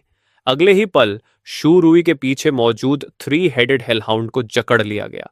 नहीं! शूरुई दर्द से चीख उठा। थ्री हेडेड हेलहॉर्न टोटम बुरी तरह संघर्ष करने लगा, लेकिन 9 काले ड्रैगनों ने उसे मजबूती से दबोच रखा था। उसके टोटम की सतह पर दरारें पड़ने लगीं। शुरुई के शरीर से निकलती शक्ति समुद्र की लहरों की तरह पीछे हटने लगी। उसका विशाल शरीर सिकुड़ गया और वह फिर से एक कमजोर, घायल, साधारण इंसान बन गया। मेरी शक्ति, चिनली, मेरी शक्ति वापस करो! वह पागलों की तरह चिल्लाया। मैंने उसे ठंडी नजर से देखा। तुम्हें कुत्ता बनना बहुत पसंद था, है ना? आज से तुम कुत्ते से भी बदतर हो। आसपास खड़े गुंडे शुरुई को घूर रहे थे। उनकी नजरें धीरे धीरे बदल रही थीं, क्योंकि प्रलय की दुनिया में कमजोर इंसानों की कोई इज्जत नहीं होती। इसके अलावा शूरोई यहां तक पहुंचने के लिए पूरे रास्ते अपनी जान बचाने के लिए दूसरों की बलि देता आया था। उसने अनगिनत लोगों को चारे की तरह इस्तेमाल किया था। अब उसका प्रतिफल उसके सामने खड़ा था। जल्द ही उसकी चीखें गूंजने लगीं। मैंने दोबारा उसकी तरफ देखा तक नहीं। कुछ ही देर बाद शू रुई की आवाज पूरी तरह गायब हो गई। जमीन पर सिर्फ एक फीका लेवल 1 क्रिस्टल कोर बचा था। मैंने उसे यूं ही उठाकर हाफ लाइफ स्पेस में रख दिया। पिछले जीवन में मुझे इसी आदमी ने दुश्मनों और बीस्ट टाइड के सामने धकेल दिया था, लेकिन इस जीवन में वह ऐसा दुश्मन भी नहीं था जिसके लिए मुझे पूरी ताकत लगानी पड़े। तभी अचानक आसमान से एक कान फाड़ देने वाली गर्जना सुनाई दी। घूमते हुए रोटरों की आवाज के साथ तेज हवा चारों तरफ फैल गई। मैंने सिर उठाकर देखा। ब्लैकस्टोन बेस के ऊपर 3 गहरे हरे रंग के सैन्य अटैक हेलीकॉप्टर्स मंडरा रहे थे। हेलीकॉप्टर धीरे धीरे नीचे उतरे। हैच खुलते ही पूरी तरह हथियारों से लैस स्पेशल फोर्सेस की 2 टुकड़ियां तेजी से बाहर निकलीं और चारों ओर सुरक्षा घेरा बना लिया। उसके बाद कई गार्ड से घिरा एक वरिष्ठ अधिकारी तेजी से मेरी ओर बढ़ा। नमस्कार मिस्टर चिन, मैं ईस्टर्न रीजन का डिप्टी कमांडर ली शान हूं। सुप्रीम कमांडर के आदेश पर आपसे मिलने आया हूं। उसने सम्मानपूर्वक सिर झुकाया। बाहर हर तरफ एक्सोटिक बीस्ट्स का आतंक है, लेकिन आप यहां टिके हुए हैं। इससे साबित होता है कि कमांड सेंटर अब भी पूरी कोशिश कर रहा है कि व्यवस्था बनी रहे। लीशान ने मेरी बात सुनकर हल्का आश्चर्य दिखाया। शायद उसे लगा था कि मेरी तरह शक्तिशाली अवेकनर सेना को तुच्छ समझेगा, लेकिन मैं अच्छी तरह जानता था कि प्रलय में सेना ही आम लोगों की आखिरी ढाल होती है। अगर वे मोर्चा ना संभालें तो सभ्यता और भी जल्दी ढह जाएगी। लीशान ने गहरी सांस ली। मिस्टर चिन, हमने ड्रोन फुटेज में आपको एस क्लास ब्लड पाइथन को मारते हुए देखा। आपकी शक्ति मौजूदा अवेकनर सिस्टम से कहीं ऊपर है।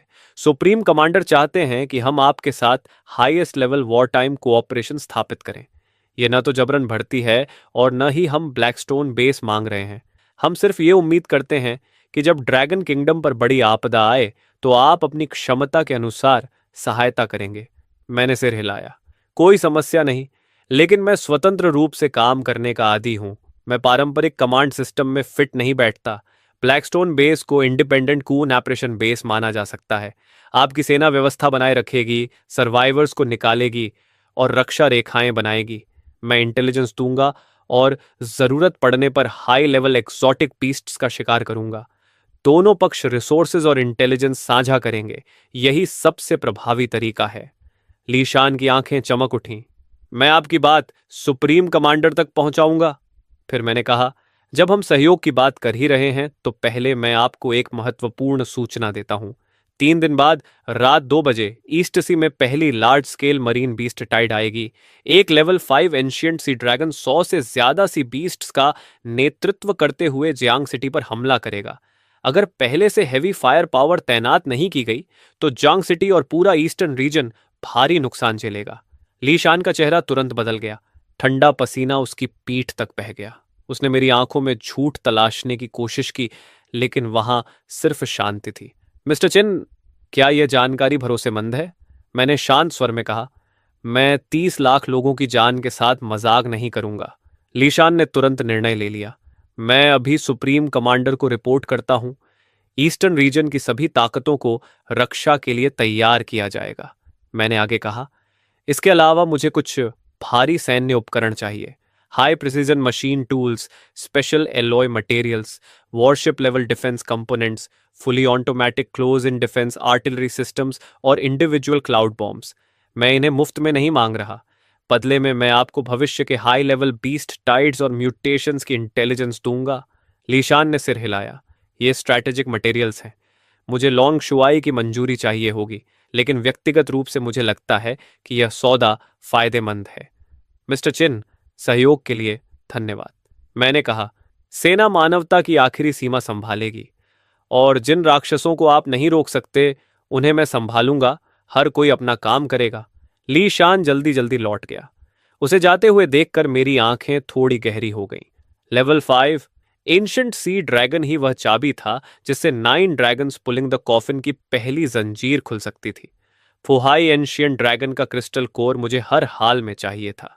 पलक झपकते ही 3 दिन बीत गए। इन 3 दिनों में सेना ने अपना वादा निभाया। कई भारी ट्रांसपोर्ट हेलीकॉप्टर्स ब्लैकस्टोन बेस तक जरूरी सामान पहुंचाते रहे। High precision machine tools, close in defence systems, cloud burst shells और कई अन्य दुर्लभ सामग्री धीरे धीरे पहुंचाई गई। हेलीकॉप्टरों के क्षतिग्रस्त ढांचे देखकर मैं समझ गया कि बीस्ट कंट्रोल्ड एयर स्पेस से उड़कर यहां तक पहुंचने के लिए सेना ने शायद कई एस पायलट्स खो दिए थे।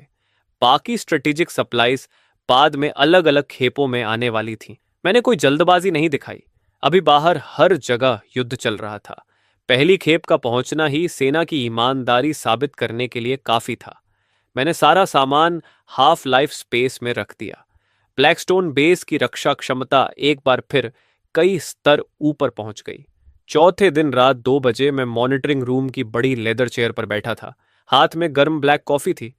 शू शाओ अचानक स्क्रीन की ओर देखकर बोला, ब्रोदर ली, बाहर बहुत तेज बारिश हो रही है, लेकिन ये बारिश का पानी काला क्यों है? मैंने कॉफी का घूंट लिया। मेरी नजरें गहरी हो गईं। शुरू हो गया। लगभग उसी समय जियांग सिटी की ईस्टर्न कोस्टल डिफेंस लाइन पर ली शान अस्थायी कमांड पोस्ट के अंदर खड़ा था। उसकी नजरें रडार स्क्रीन पर जमी थीं। पूरी स्क्रीन लाल बिंदुओं से भरी हुई थी। वे सुनामी की तरह तट की ओर बढ़ रहे थे।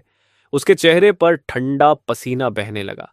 चिनली की जानकारी पूरी तरह सही निकली थी। ईस्ट सी बीस्ट टाइड सचमुच आ चुकी थी।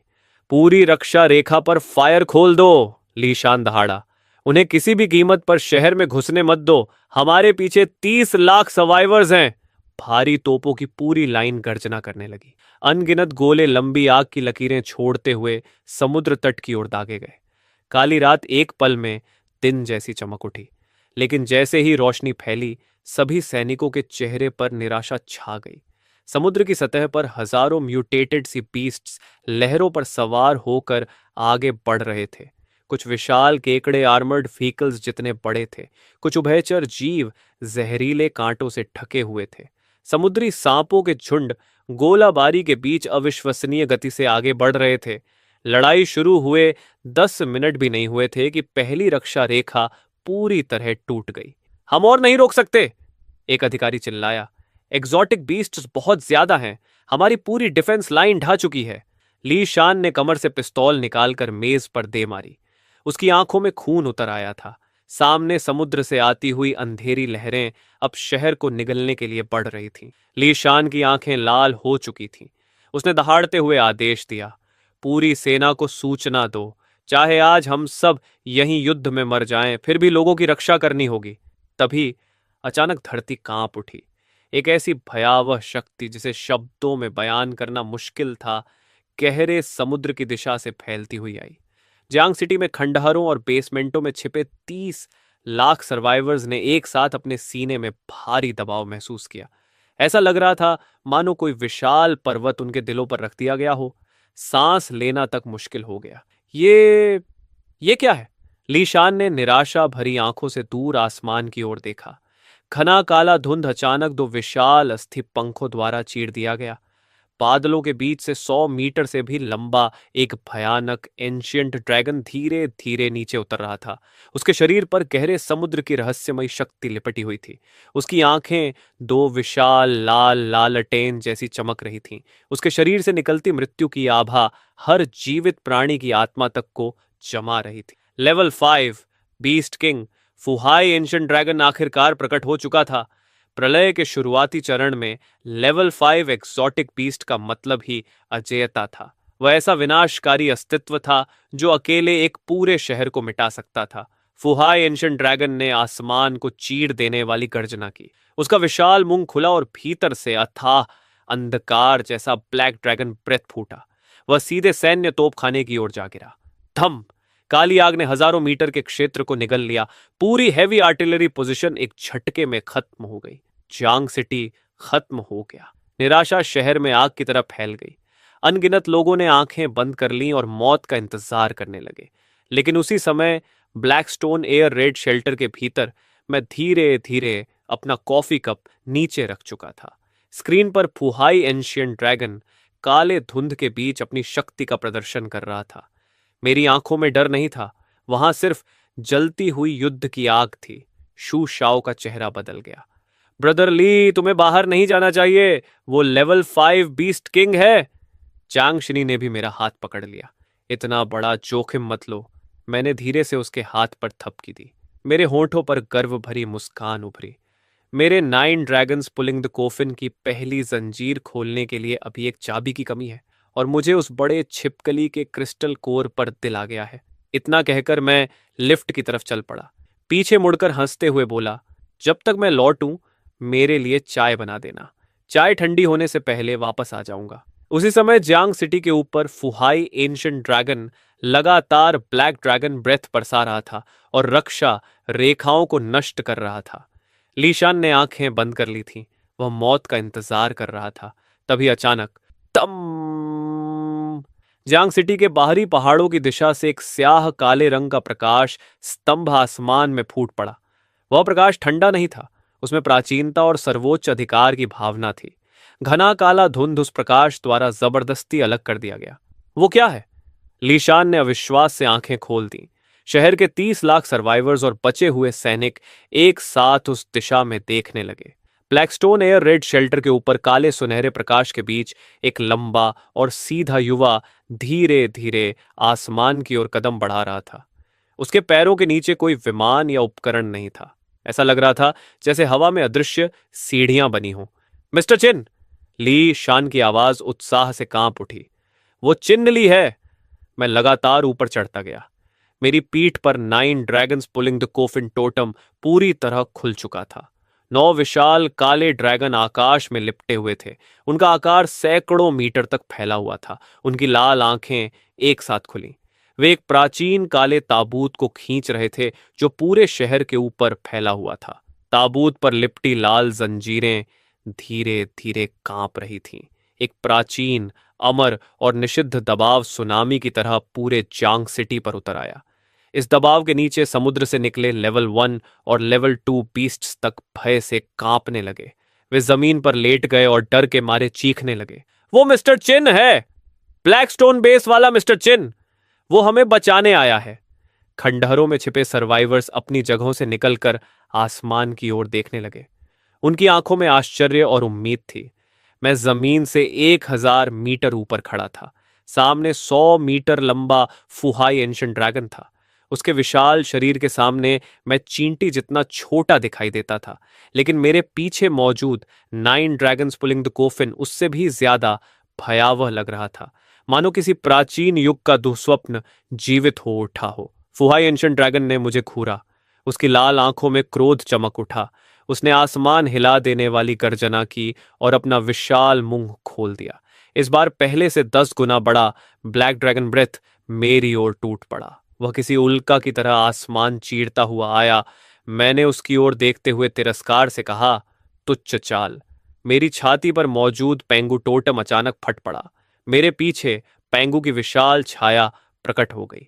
सामने आती हुई ब्लैक ड्रैगन ब्रेथ को देखकर मैंने बचने की कोशिश तक नहीं की। मैंने बस धीरे से अपना दायां मुक्का उठाया। पंगु धार्मा फॉर्म की शक्ति मेरी छाती से फूट निकली। एक ऐसी ऊर्जा मेरे मुक्के पर इकट्ठा हुई जो मानो स्वयं आकाश को चीर सकती थी। अगले ही पल मैंने एक कदम आगे बढ़ाया और मुक्का चला दिया। थम। जैसे ही मेरा मुक्का ब्लैक ड्रैगन ब्रेथ से टकराया, पूरा आसमान फटता हुआ महसूस हुआ। काली आग को हेवन स्प्लिटिंग पावर ने बीच से चीर दिया। वह 2 विशाल अग्नि तरंगों में बदलकर मेरे दोनों ओर से गुजर गई। नीचे जमीन पर 2000 मीटर लंबे जले हुए खड्ड बन गए।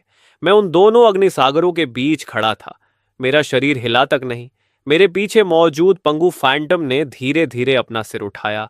उसकी धुंधली आकृति पहले से कहीं ज्यादा स्पष्ट हो गई। मेरी छाती पर बना पेंगु टोटम गहरे सुनहरे प्रकाश से चमकने लगा। वही प्रकाश धीरे धीरे पेंगु फैंटम तक फैल गया। मैंने फुहाई एंशिएंट ड्रैगन की ओर देखकर मुस्कुराया। अब मेरी बारी है, बड़ी छिपकली। मेरे शब्द गिरते ही पेंगु टोटम पूरी तरह फट पड़ा। मेरे पीछे खड़ी पेंगु दार्मा फॉर्म अचानक कई दर्जन मीटर और ऊंची हो गई। उसकी मांसपेशियां पहाड़ों जैसी उभर आईं। उसकी आभा इतनी प्राचीन और विशाल थी मानो क्योस के आरंभ से कोई आदिम देवता निकलकर आ गया हो। उसके हाथ में हेवन स्प्लिटिंग पावर से बनी एक विशाल कुल्हाड़ी प्रकट होने लगी। वह धीरे धीरे भ्रम से वास्तविकता में बदल रही थी। उसकी धार पर बने गहरे सुनहरे दिव्य चिन्ह एक एक करके चमक उठे। मैंने धीरे धीरे अपना दायां हाथ ऊपर उठाया।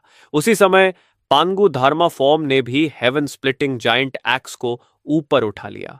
एक इंसान, एक छाया, दोनों की हर हरकत पूरी तरह एक जैसी थी। फुहाई एंशिएंट ड्रैगन ने पहली बार मौत का खतरा महसूस किया।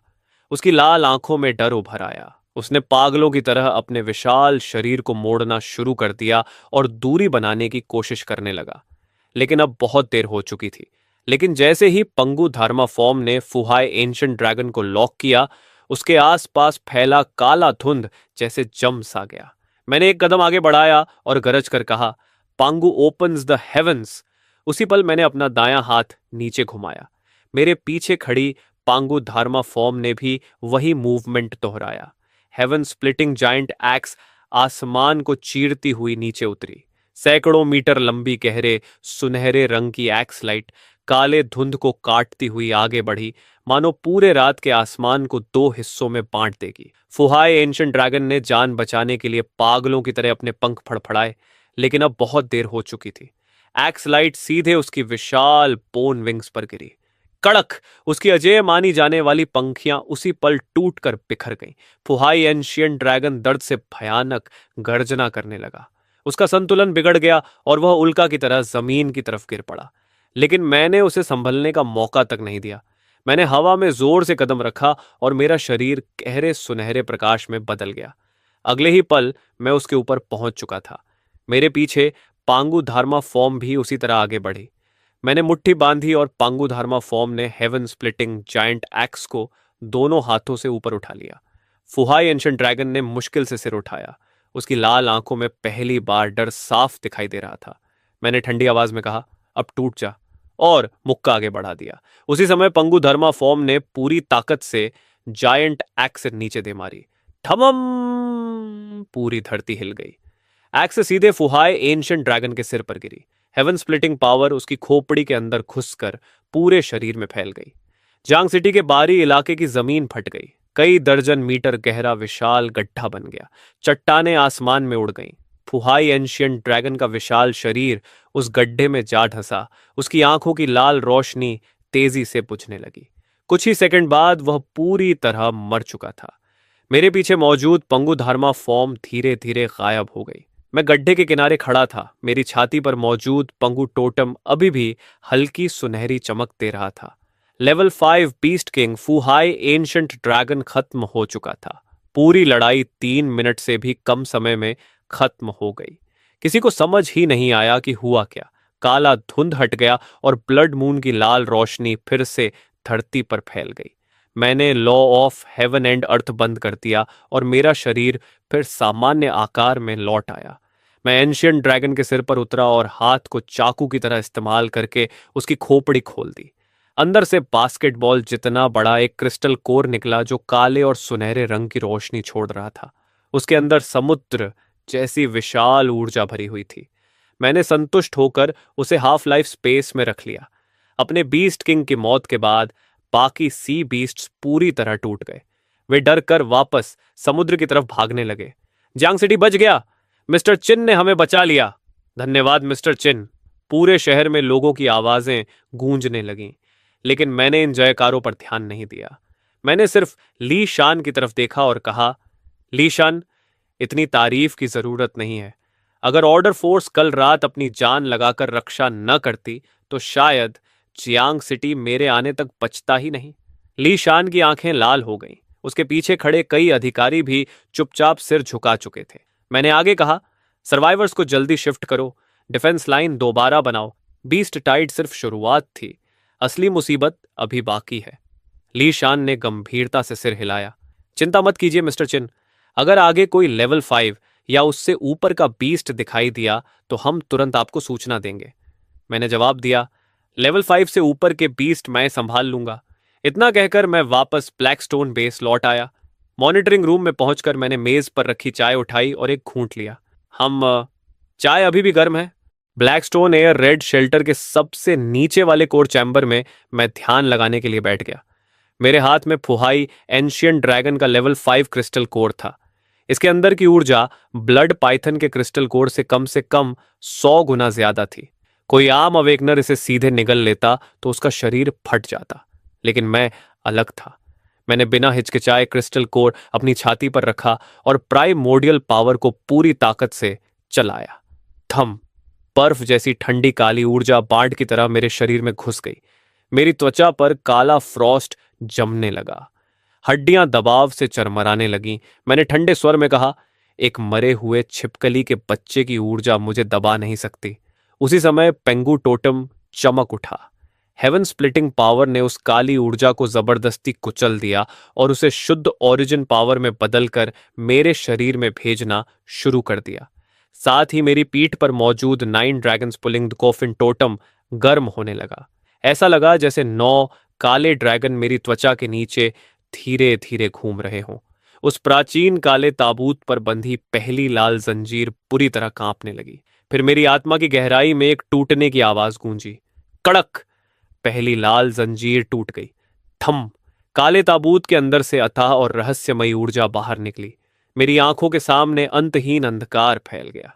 उस अंधकार के बीच प्राचीन ब्लैक कोफिन धीरे धीरे थोड़ा सा खुला। उसी पल अनगिनत जानकारियां मेरे दिमाग में भर गईं। 9 ड्रैगन्स कोफिन की पहली सील खुल चुकी थी। हिडन डोर एबिलिटी जाग चुकी थी। अब मैं beast crystal course, beast corps, residual energy और दबे हुए टोटम्स की शक्ति को सीधे निगल सकता था। ब्लैक कॉफिन उस ऊर्जा को शुद्ध करके मेरे शरीर, हाफ लाइफ स्पेस और चारों फोरबिडन टोटम्स को मजबूत करेगा। इसका मतलब था कि अब हर लड़ाई मुझे और ज्यादा ताकतवर बनाएगी। जैसे ही फुहाई एंशिएंट ड्रैगन का क्रिस्टल कोर पूरी तरह रिफाइन हुआ, मेरी फिजिकल रेल्म सीधे लेवल 5 पीक तक पहुंच गई। हाफ लाइफ स्पेस भी पहले से कहीं ज्यादा बड़ा हो गया। उसके किनारे पर अब एक नया काला इलाका दिखाई दे रहा था। वह ऐसा लग रहा था जैसे ब्लैक कोफिन का कोई शैडो वर्ल्ड हो, पूरी तरह शांत, पूरी तरह अंधेरा, और इतना गहरा कि उसकी कोई सीमा दिखाई नहीं दे रही थी। मुझे एक धुंधला सा एहसास हो रहा था कि जैसे जैसे नाइन ड्रैगन्स पुलिंग कॉफिन की बाकी जंजीरें खुलेंगी, हाफ लाइफ स्पेस के किनारे पर बना वह काला इलाका और भी ज्यादा डरावना बनता जाएगा। धीरे धीरे मैंने आंखें खोली। मेरी हड्डियों से गड़गड़ाहट जैसी आवाज निकली। हिडन डिवावर एबिलिटी सच में कमाल की थी। अब से हर एग्जॉटिक बीस्ट मेरे लिए सिर्फ शिकार नहीं, बल्कि पोषण था। अगली सुबह ब्लैकस्टोन बेस के अंडरग्राउंड ट्रेनिंग ग्राउंड में मैं एलॉय फ्लोर पर पालथी मारकर बैठा था। फुहाई एंशियन ड्रैगन की हड्डियां और ड्रैगन टेंडन्स पूरी तरह निगलने और रिफाइन करने के बाद मेरे शरीर का छी और ब्लड पहले से कई गुना ज्यादा मजबूत हो चुका था।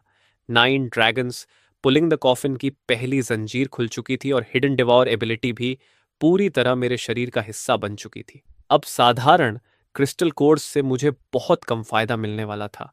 अगर मुझे और ताकतवर बनना था तो मुझे कम से कम लेवल 4 या उससे ऊपर के एक्सोटिक बीस्ट्स का शिकार करना ही पड़ेगा। तभी शू शाओ अंदर आया। उसकी आंखों में जोश भरा हुआ था। ब्रदरली, कल रात आपने अकेले लेवल 5 एंशियंट ड्रैगन मार दिया। मैं और जेंगशिनी तो लड़ाई में शामिल भी नहीं हो पाए। अगर ऐसे ही चलता रहा तो हम दोनों सिर्फ बोझ बनकर रह जाएंगे। उसी समय दूसरी तरफ से जेंगशिनी भी आ गई। उसने काला कॉम्बैट यूनिफॉर्म पहन रखा था। उसके लंबे बाल बंधे हुए थे। उसकी ठंडी आंखों में भी पहली बार लड़ने की तीव्र इच्छा दिखाई दे रही थी। मुझे भी असली लड़ाई चाहिए। सिर्फ टोटम की ताकत होने से कोई मजबूत नहीं बन जाता। मैंने दोनों की तरफ देखा और सिर हिलाया। मैं भी यही सोच रहा था। तुम दोनों के टोटम्स टॉप टियर बैटल टोटम्स हैं। शू शौ का नेजा और अर्लंग शन और जंगशनी का नाइन हेवंस मिस्टीरियस मेडन। इनकी क्षमता बहुत बड़ी है, लेकिन अपोकलिप्स में पोटेंशियल और कॉम्बैट पावर एक जैसी चीज नहीं होती। असली ताकत लड़ाई से निकलती है। मैं खड़ा हो गया। तो फिर चलते हैं। शू शाओ की आंखें चमक उठी। कहाँ? मैंने मिलिट्री शेयर्ड मैप खोल दिया। जियांग सिटी के आसपास का पूरा इलाका लाल बिंदुओं से भरा हुआ था। ये सभी बीस्ट एक्टिविटी जोन्स थे। उनमें से साउथ सबर्ब इंडस्ट्रियल पार्क सबसे ज्यादा चमक रहा था। मिलिट्री ने उसे हाई रिस्क जोन घोषित किया हुआ था। मैंने उस जगह की ओर इशारा किया। साउथ सबर्ब इंडस्ट्रियल पार्क, कल रात सी बीस्ट टाइड के बाद वहां एक बड़ा बीस्ट नेस्ट बन गया है। मिलिट्री रिकनेसेंस के मुताबिक अंदर कम से कम 3 लेवल 4 बीस्ट्स हैं। साथ में लेवल 2 और लेवल 3 एक्सोटिक बीस्ट्स की बड़ी संख्या भी है। शू शाओ हंस पड़ा। बहुत बढ़िया। ज्यादा मॉन्स्टर्स मतलब ज्यादा एक्सपीरियंस। चेंग शिनी ने नक्शे को ध्यान से देखा और बोली, ये industrial park northern district military camp के ज्यादा दूर नहीं है। अगर वहां के बीस्ट्स फैल गए तो सर्वाइवर्स इवैक्यूएशन रूट खतरे में पड़ जाएगा। यानी हम ट्रेनिंग भी करेंगे और मिलिट्री की मदद भी। मैंने तुरंत लीशान को कॉल किया। कुछ सेकंड बाद स्क्रीन पर उसका चेहरा दिखाई दिया। पिछली रात की तुलना में वह थोड़ा शांत लग रहा था, लेकिन थकान अब भी साफ दिख रही थी। मिस्टर चिन, क्या आपको मिलिट्री की किसी मदद की जरूरत है? मैंने सीधे मुद्दे पर आते हुए कहा। साउथ सबर्ब इंडस्ट्रियल पार्क, मैं वहां सफाई करने जा रहा हूं। अंदर लेवल 4 बीस्ट नेस्ट है। ली शान का चेहरा तुरंत चमक उठा। मिस्टर चिन, हम भी उसी इलाके के लिए सपोर्ट रिक्वेस्ट तैयार कर रहे थे। वहां कई केमिकल वेयर हाउसेस हैं। अगर बीस्ट उन्हें नष्ट कर दें तो जहरीली गैस पूरे नॉर्दर्न डिस्ट्रिक्ट कैंप तक फैल सकती है। अगर आप कार्रवाई करने जा रहे हैं तो मिलिट्री तुरंत drone support, real time detection और एरिया लॉकडाउन दे सकती है। मैंने सिर हिलाया। पेरीमीटर तुम्हारे लोग संभालो। अंदर मैं, शू शाओ और जेंग शिनी जाएंगे। ये उनके कॉम्बैट ट्रेनिंग का हिस्सा है। ली शान तुरंत समझ गया। ठीक है। मिलिट्री बाहर क्वारंटाइन लाइन बना देगी ताकि कोई बीस्ट भाग ना सके। फिर उसने गंभीर स्वर में कहा, मिस्टर चिन, कृपया सावधान रहिए। मैं हल्का मुस्कुराया। जिन बीस्ट्स का सामना हम करने जा रहे हैं, सावधान तो उन्हें रहना चाहिए। 10 मिनट बाद ब्लैकस्टोन बेस का साइड गेट खुला। अंडरग्राउंड गैराज से एक modified black heavy duty of road vehicle बाहर निकला। उसकी पूरी बॉडी बुलेट प्रूफ आर्मर से ढकी हुई थी। टायरों के बाहर एलॉय स्पाइक गार्ड्स लगे थे। छत पर ऑटोमेटिक मशीन गन भी फिट थी। शू शाओ पैसेंजर सीट पर बैठा हाथ रगड़ रहा था। उसके चेहरे पर उत्साह साफ दिख रहा था। जेंग शिनी पीछे की सीट पर बैठी थी। उसके हाथ में शुआन त्यान डिवाइन स्वॉर्ड की हल्की छाया दिखाई दे रही थी। मैं ड्राइवर सीट पर बैठा और एक्सेलरेटर दबा दिया। इंजन ने दहाड़ मारी और गाड़ी ब्लैकस्टोन बेस से निकलकर दक्षिण दिशा की ओर दौड़ पड़ी। रास्ते भर काला धुंध अभी पूरी तरह नहीं छंटा था। सड़क के दोनों तरफ टूटी हुई गाड़ियां और बीस्ट अटैक के निशान दिखाई दे रहे थे। बीच बीच में कुछ लो लेवल म्यूटेंट बीस्ट्स गाड़ी के पास आने की कोशिश करते, लेकिन छत पर लगी ऑटोमेटिक मशीन गन उन्हें तुरंत टुकड़ों में उड़ा देती। आधे घंटे बाद साउथ सबर्ब इंडस्ट्रियल पार्क हमारी नजरों के सामने था। जो जगह कभी आधुनिक और रोशनी से भरा हुआ औद्योगिक क्षेत्र थी, अब वह पूरी तरह राक्षसों का अड्डा बन चुकी थी। फैक्ट्रियां टूट चुकी थीं, पाइप मुड़ चुके थे, हवा में जहरीले रसायनों की तेज बदबू तैर रही थी। शूशाओ ने गाड़ी का दरवाजा खोला और कूद कर बाहर आ गया। ब्रदर ली, प्लान क्या है? मैंने इंडस्ट्रियल पार्क की गहराई में महसूस हो रही 3 शक्तिशाली आभाओं की तरफ देखा। अंदर 2 लेवल 4 आयरन क्लैड लिजर्ड्स हैं और एक लेवल 4 पॉइजन लॉर्ड। इनके अलावा 100 से ज्यादा लेवल 2 और लेवल 3 एग्जॉटिक बीस्ट्स भी हैं। मेरे लिए अब ये बीस्ट ज्यादा मायने नहीं रखते थे, लेकिन शुशाओ और जेंग शिनी के लिए ये परफेक्ट ट्रेनिंग टारगेट्स थे। मैंने अपना हाथ उठाया। मेरी पीठ पर 9 ड्रैगन्स पुलिंग द कोफिन हल्का कांपा। एक अदृश्य दबाव पूरे इंडस्ट्रियल पार्क पर फैल गया। सभी लो लेवल एग्जॉटिक बीस्ट्स की गति तुरंत धीमी हो गई। ऐसा लग रहा था जैसे उनकी पीठ पर कोई भारी पहाड़ रख दिया गया हो, लेकिन मैंने उन्हें मारा नहीं। दबाव सिर्फ इतना था कि उनकी ताकत और स्पीड कम हो जाए, जबकि शू शाओ और जेंग शिनी की लड़ाई पर असर न पड़े। मैंने दोनों की तरफ देखा। मैं हाथ नहीं लगाऊंगा। लेवल 2 और लेवल 3 बीस्ट्स तुम दोनों साफ करोगे और लेवल 4 बीस्ट्स भी तुम्हें खुद मारने होंगे। मैं सिर्फ देखूंगा। जब तक तुम्हारी जान खतरे में न हो, मैं मदद नहीं करूंगा। शू शाओ जोर से हंसा। यही तो चाहिए था। उसके शब्द खत्म होते ही उसके दाएं हाथ पर मौजूद एयरलांग शेन टोटम अचानक सुनहरी रोशनी से चमक उठा। उसके पीछे कवच पहने हुए एक दिव्य योद्धा की विशाल छाया धीरे धीरे प्रकट हुई। उसके हाथ में एक लंबा युद्ध भाला था। जैसे ही हेवनली आई खुली, सुनहरी रोशनी की एक चमक शू शाओ की भौहों के बीच दिखाई दी। तीसरी आंख की एक छाया धीरे धीरे खुलने लगी। एक पल में उसके आसपास की दुनिया बेहद साफ हो गई। दोनों म्यूटेटेड आयरन क्लैड लिजर्ड्स की हर हरकत, उनकी मांसपेशियों का सिकुड़ना, उनकी स्केल आर्मर का खुलना और बंद होना, यहां तक कि उनके शरीर के कमजोर हिस्से भी हेवनली आई के सामने छिप नहीं पाए। शू शाओ के होंठों पर मुस्कान आई। मिल गई तुम्हारी कमजोरी। उसने 3 पॉइंटेड डबल एज्ड ब्लेड को दोनों हाथों से कसकर पकड़ा और जोर से जमीन पर पैर पटका। थम। उसके पैरों के नीचे मकड़ी के जाले जैसी दरारें फैल गईं। अगले ही पल वह तीर की तरह आगे बढ़ा और पहले आयरन क्लैड लिजर्ड के सामने पहुंच गया। उसने ब्लेड को ऊपर उठाया। सुनहरी रोशनी ब्लेड पर फूट पड़ी। अर्थ स्प्लिटिंग स्लैश। ब्लेड बिजली की तरह नीचे गिरी। कड़ाक। धातु के टकराने जैसी आवाज गूंजी। शू शाओ का चेहरा थोड़ा बदल गया। वार बिल्कुल सही जगह लगा था, लेकिन जैसा उसने सोचा था वैसा नहीं हुआ। आयरन क्लैड लिजर्ड की स्केल आर्मर उसकी उम्मीद से कहीं ज्यादा मोटी थी। ब्लेड मुश्किल से आधा इंच अंदर घुस पाई और हड्डी नुमा कवच में अटक गई। ओह, बुरा हुआ। तभी आयरन क्लैड लिजर्ड तेजी से घूम गया। उसकी मोटी पूंछ हवा चीरती हुई शू शाओ की तरफ आई। उसके पास ब्लेड निकालने का समय नहीं था। उसे हथियार छोड़कर पीछे हटना पड़ा। फिर भी पूंछ का किनारा उसकी छाती से टकरा गया। धम। शू शाओ हवा में उछलकर पीछे खड़े एक पुराने ऑयल टैंकर ट्रक से जा टकराया। टैंकर का धातु का ढांचा अंदर तक धंस गया। शू शाओ के मुंह से दर्द भरी कराह निकली। उसके होंठों के किनारे से खून बहने लगा। कमाल है, ये चीज तो सच में काफी सख्त है। मैं दूर खड़ा सब देख रहा था, लेकिन मैंने कोई कदम नहीं उठाया। चेंग शीनी ने मेरी तरफ देखा। ब्रोदर ली, आप इतने शांत क्यों हैं? मैंने बिना भाव बदले कहा, वो नहीं मरेगा, उसे खुद लड़ने दो। शू शाओ धीरे धीरे टैंकर के मलबे से बाहर निकला। उसने मुंह का खून पोंछा, लेकिन उसकी आंखों का जोश और भी बढ़ चुका था। तभी दोनों आयरन क्लैड लिजर्ड्स ने एक साथ हमला कर दिया। पहला सामने से और दूसरा बगल से उसकी भागने की जगह रोकने लगा। इस बार शू शाओ ने जल्दबाजी नहीं की। उसकी हेवनली आई और ज्यादा चमक उठी। उसके लिए दुनिया जैसे धीमी हो गई। आयरन क्लाड लिजर्ड्स के हर कदम, हर स्केल की हरकत और हर मसल कॉन्ट्रैक्शन साफ दिखाई देने लगी। पहला आयरन क्लाड लिजर्ड उसके सामने पहुंचा और अपना विशाल जबड़ा खोल दिया। बदबूदार खून जैसी सांस उसके चेहरे पर लगी। ठीक उसी पल शू शाओ पीछे की तरफ झुक गया। उसके दांत उसके चेहरे को छूते छूते रह गए।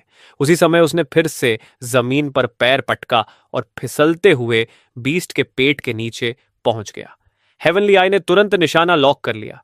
दिल के नीचे तीसरी सॉफ्ट स्केल, शू शो गरजा अर्लंगशन, डीमन स्लेइंग। उसके पीछे अर्लंगशन की धर्मा फॉर्म ने भी अपना ब्लेड घुमाया। 3 पॉइंटेड डबल एज्ड ब्लेड नीचे से ऊपर की तरफ बिजली की तरह उठी। इस बार ब्लेड ने सॉफ्ट आर्मर को चीर दिया। छपाक! ब्लेड सीधे आयरन क्लैड लिजर्ड के पेट में घुस गई। बीस्ट दर्द से चीख उठा। उसका विशाल शरीर बुरी तरह मरोड़ खाने लगा। शू शाओ की बाहों की नसें फूल गईं। उसने पूरी ताकत से ब्लेड ऊपर खींच दी।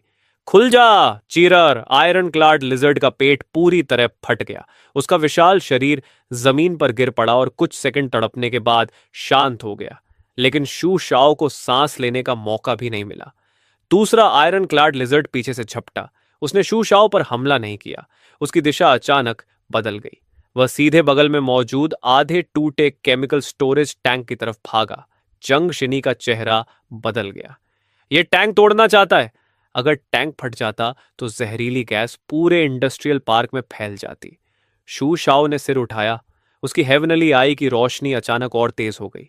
भागने नहीं दूंगा। उसने 3 पॉइंटेड डबल एज्ड ब्लेड को दोनों हाथों से पकड़कर जमीन में गाड़ दिया।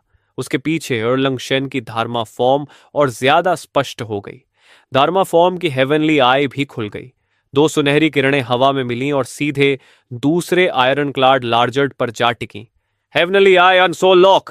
अगले ही पल आयरन क्लाड लार्जर्ड का विशाल शरीर झटके से रुक गया। ऐसा लग रहा था जैसे किसी अदृश्य जंजीर ने उसे बांध दिया हो। वह पूरी ताकत से छटपटाया। उसके पंजों ने जमीन पर गहरी खाइयां बना दी, लेकिन वह 1 इंच भी आगे नहीं बढ़ सका। शू शाओ का चेहरा तेजी से पीला पड़ रहा था। यह तकनीक उसकी मौजूदा ताकत पर बहुत भारी पड़ रही थी। फिर भी उसकी आंखों में जोश भरा हुआ था। उसने मुस्कुराकर सिर उठाया। ये वार तुम्हारे लिए काफी है। उसी समय आसमान में फैला काला धुंध सुनहरी रोशनी से फट गया। बादलों के बीच एक विशाल 3 पॉइंटेड डबल एज्ड ब्लेड की छाया दिखाई दी। उसकी लंबाई कई दर्जन मीटर थी। उस पर बहती सुनहरी रोशनी किसी दिव्य दंड जैसी लग रही थी। पूरे इंडस्ट्रियल पार्क की हवा जैसे जम गई। शू शाओ ने जमीन में गड़ी ब्लेड खींच ली और उसे आयरन क्लैड लिजर्ड की तरफ तान दिया। Heaven's punishment!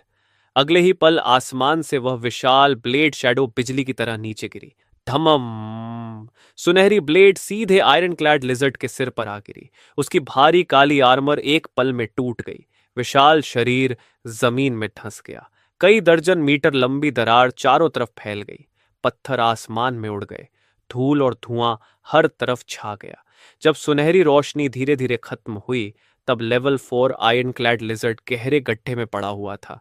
उसके शरीर में अब कोई हरकत नहीं थी। शू शाओ एक घुटने पर बैठ गया। वह जोर जोर से सांस ले रहा था। उसकी भौहों के बीच मौजूद हेवनली आई धीरे धीरे बंद हो गई। दाहिने हाथ पर बना एरलंगशन टोटम भी कुछ फीका पड़ गया था, लेकिन उसके चेहरे की मुस्कान छिप नहीं रही थी। उसने मेरी तरफ देखकर हंसते हुए कहा, ब्रदर ली, ये मूव कितना कूल था ना। मैंने फैक्ट्री के बीचों बीच बनी लंबी दरार को देखा और सिर हिलाया। बुरा नहीं था, लेकिन एनर्जी कंजम्पशन बहुत ज्यादा है। शू शाओ हंस पड़ा। कूल दिखने के लिए थोड़ा खर्च तो चलता है। इतना कहकर वह दोनों आयरन क्लाड लिजर्ड्स के सिर से लेवल 4 क्रिस्टल कोर्स निकालने में लग गया। जैसे ही शू शाओ ने दोनों लेवल 4 क्रिस्टल कोर्स हाथ में लिए, उसके दाएं हाथ पर बने अर्लंग शेन टोटम में हल्की गर्मी फैल गई। उसकी भौहों के बीच हेवनली आई की छाया भी टिमटिमाने लगी। साफ था कि लगातार 2 लेवल 4 आयरन क्लैड लिजर्ड्स को मारने के बाद उसका टोटम पूरी तरह बैटल स्टेट में आ चुका था। उसके बॉटलनेक में भी ढील पड़ने लगी थी, लेकिन उसने तुरंत क्रिस्टल कोर्स को एब्जॉर्ब करने की कोशिश नहीं की। अभी अभी उसने हेवनली आई और हेवन पनिशमेंट जैसी भारी टेक्निक्स लगातार इस्तेमाल की थी। उसके शरीर का ची और ब्लड लगभग खत्म हो चुका था। इस हालत में जबरदस्ती लेवल 4 क्रिस्टल कोर निगलना ब्रेक थ्रू नहीं बल्कि खुदकुशी होती। शू शाओ ने दोनों क्रिस्टल कोर्स बैग में डाल ली और हंसते हुए बोला, ब्रदर ली, वापस जाकर आराम से इन्हें पचाऊंगा। मैंने सिर हिलाया। तभी इंडस्ट्रियल पार्क की गहराई से एक तीखी चीख सुनाई दी। आधी टूटी हुई फैक्ट्री अचानक फट गई और उसके अंदर से गहरा हरा जहरीला धुंध समुद्री लहर की तरह बाहर निकल आया। मलबे के बीच से ट्रक जितना बड़ा एक पॉइजन मिस्ट स्पाइडर धीरे धीरे बाहर निकला। उसके 8 पैर लंबे भालों जैसे थे। उसके पेट से लगातार जहरीला धुआं निकल रहा था। आसपास की लोहे की पाइपें उसके संपर्क में आते ही सड़ने लगीं। यही level 4 beast poison mist lord था। शू शाओ आगे बढ़ने ही वाला था कि मैंने हाथ उठाकर उसे रोक दिया। ये वाला जेंग शीनी का है। शू शाओ रुक गया। दूसरी तरफ जेंग शीनी पहले ही शुआंटियन डिवाइन स्वॉर्ड कसकर पकड़ चुकी थी। वह धीरे धीरे आगे बढ़ी। 9 हेवंस मिस्टीरियस मैडन टोटम का सबसे बड़ा गुण प्योरिफिकेशन था। पॉइजन एट्रीब्यूट वाले बीस्ट उसके लिए सबसे सही ट्रेनिंग टारगेट थे। जेंग शिनी की आवाज शांत और ठंडी थी। इसे मुझे संभालने दो। पॉइजन मिस्टर स्पाइडर की 8 लाल आंखें एक साथ उस पर टिक गईं। अगले ही पल उसके पेट ने जोर से फुलकर जहरीले धुएं का विशाल सैलाब बाहर उगल दिया। गहरा हरा पॉइजन मिस्ट पूरे इलाके में फैल गया। लेकिन जंगशिनी पीछे नहीं हटी। उसके पीछे मौजूद 6 पंख धीरे धीरे खुल गए। उसके शरीर से शुद्ध सफेद रोशनी फैलने लगी। 9 हेवंस मिस्टीरियस मैडन की प्यूरिफिकेशन डोमेन चुपचाप सक्रिय हो गई। जैसे ही जहरीला धुआं उस सफेद रोशनी से टकराया, इससे सत की आवाज गूंज उठी। बड़ी मात्रा में पॉइजन मिस्ट सफेद धुएं में बदलने लगा। लेकिन पॉइजन मिस्ट स्पाइडर सिर्फ जहर फेंकने वाला बीस्ट नहीं था। उसके 8 पैर जमीन में धंस गए। अगले ही पल चारों तरफ से जहरीले स्पाइडर थ्रेड्स निकल पड़े।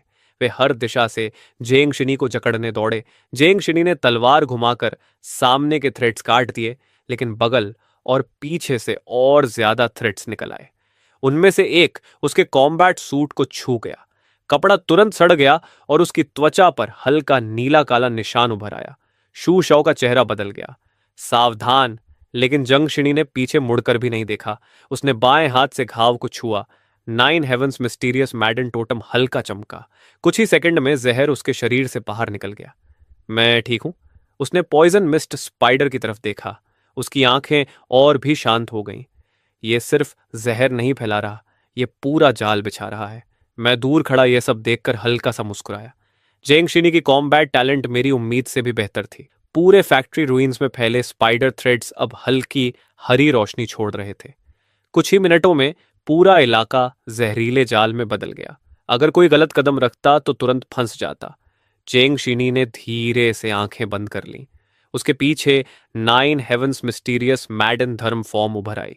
लेकिन इस बार उसने डोमेन को फैलाने के बजाय सिर्फ अपने आसपास 3 मीटर के दायरे में सीमित कर दिया। डोमेन छोटा हुआ, लेकिन प्यूरिफिकेशन पावर कई गुना बढ़ गई। उसने पहला कदम बढ़ाया। उसके पैर के नीचे मौजूद जहरीला जाल तुरंत राख बन गया। दूसरा कदम, तीसरा कदम। हर कदम के साथ पॉइजन थ्रेड सफेद धुएं में बदलते गए। उसका शरीर धीरे धीरे धुंधला होने लगा। वह किसी चांदनी की किरण की तरह पॉइजन वेब के बीच से गुजर रही थी। Moonlight walk. Poison mist. Spider की 8 आंखें तेजी से घूम रही थीं, लेकिन वह जांग शिनी की असली स्थिति पकड़ नहीं पा रहा था। अचानक पॉइजन मिस्ट स्पाइडर हवा में उछला और लगभग तरल रूप में बदला हुआ एक विशाल पॉइजन ऑर्ब बाहर फेंका। जहरीला गोला हवा तक को गलाने लगा। उसी पल जेंग शीनी ने आंखें खोल दी। शुआनत्यान डिवाइन स्वॉर्ड चमक उठा। एक सफेद स्वॉर्ड लाइट बिजली की तरह निकली और पॉइजन ऑनर्ब को बीच से 2 हिस्सों में काट दिया। जहरीला तरल दोनों तरफ गिरा और जमीन पर 2 बड़े गड्ढे बना दिए। लेकिन तब तक छेंगशिनी पॉइजन रेन को पार कर चुकी थी। वह सीधे पॉइजन मिस्ट स्पाइडर के नीचे पहुंच गई। उसने तलवार दोनों हाथों से पकड़ ली। उसके पीछे मौजूद 6 विंग्ड स्प्रिट फॉर्म की सारी प्यूरिफिकेशन पावर तलवार की नोक पर जमा होने लगी। ऐसा लग रहा था जैसे पूरी दुनिया में अब सिर्फ वही सफेद रोशनी बची हो। 9 हेवंस प्योर वर्ल्ड सोर्ड। सफेद सोर्ड लाइट आसमान की तरफ उठी और अगले ही पल पॉइजन मिस्ट स्पाइडर के विशाल शरीर को आर पार चीर गई। बीस्ट दर्द से चीख उठा। उसके 8 पैर बेतहाशा तड़पने लगे, लेकिन प्यूरिफिकेशन पावर घाव के अंदर घुस चुकी थी। उसने स्पाइडर के शरीर के अंदर मौजूद पॉइजन सैक को सीधे जला डाला। पॉइजन मिस्ट स्पाइडर का विशाल शरीर जमीन पर धड़ाम से गिर पड़ा। उसके शरीर से निकलता जहरीला धुआं फैलने से पहले ही प्यूरिफिकेशन डोमेन ने उसे पूरी तरह दबा दिया। लेवल 4। पॉइजन मिस्ट लॉर्ड मारा जा चुका था। उसके सिर के पीछे से एक गहरा हरा क्रिस्टल कोर लुढ़क कर बाहर आया। चैंगशिनी झुकी और उसे उठा लिया। उसके हाथ में सफेद रोशनी चमकी और क्रिस्टल कोर पर चिपकी सारी जहरीली गैस तुरंत साफ हो गई। लेकिन जैसे ही उसने क्रिस्टल कोर पकड़ा, उसके पीछे 9 हेवंस मिस्टीरियस मेडन धर्मा फॉर्म हल्का कांप गई। उस क्रिस्टल कोर के अंदर मौजूद जहरीली ऊर्जा टोटम के साथ टकरा रही थी। ऐसा लग रहा था जैसे टोटम उसे स्वाभाविक रूप से अस्वीकार कर रहा हो, लेकिन साथ ही प्यूरिफिकेशन पावर उसे दबा भी रही थी। चांग शिनी की ऑरा थोड़ी हिल गई, लेकिन उसने क्रिस्टल कोर अब्सॉर्ब करने की कोशिश नहीं की। Level 4 poison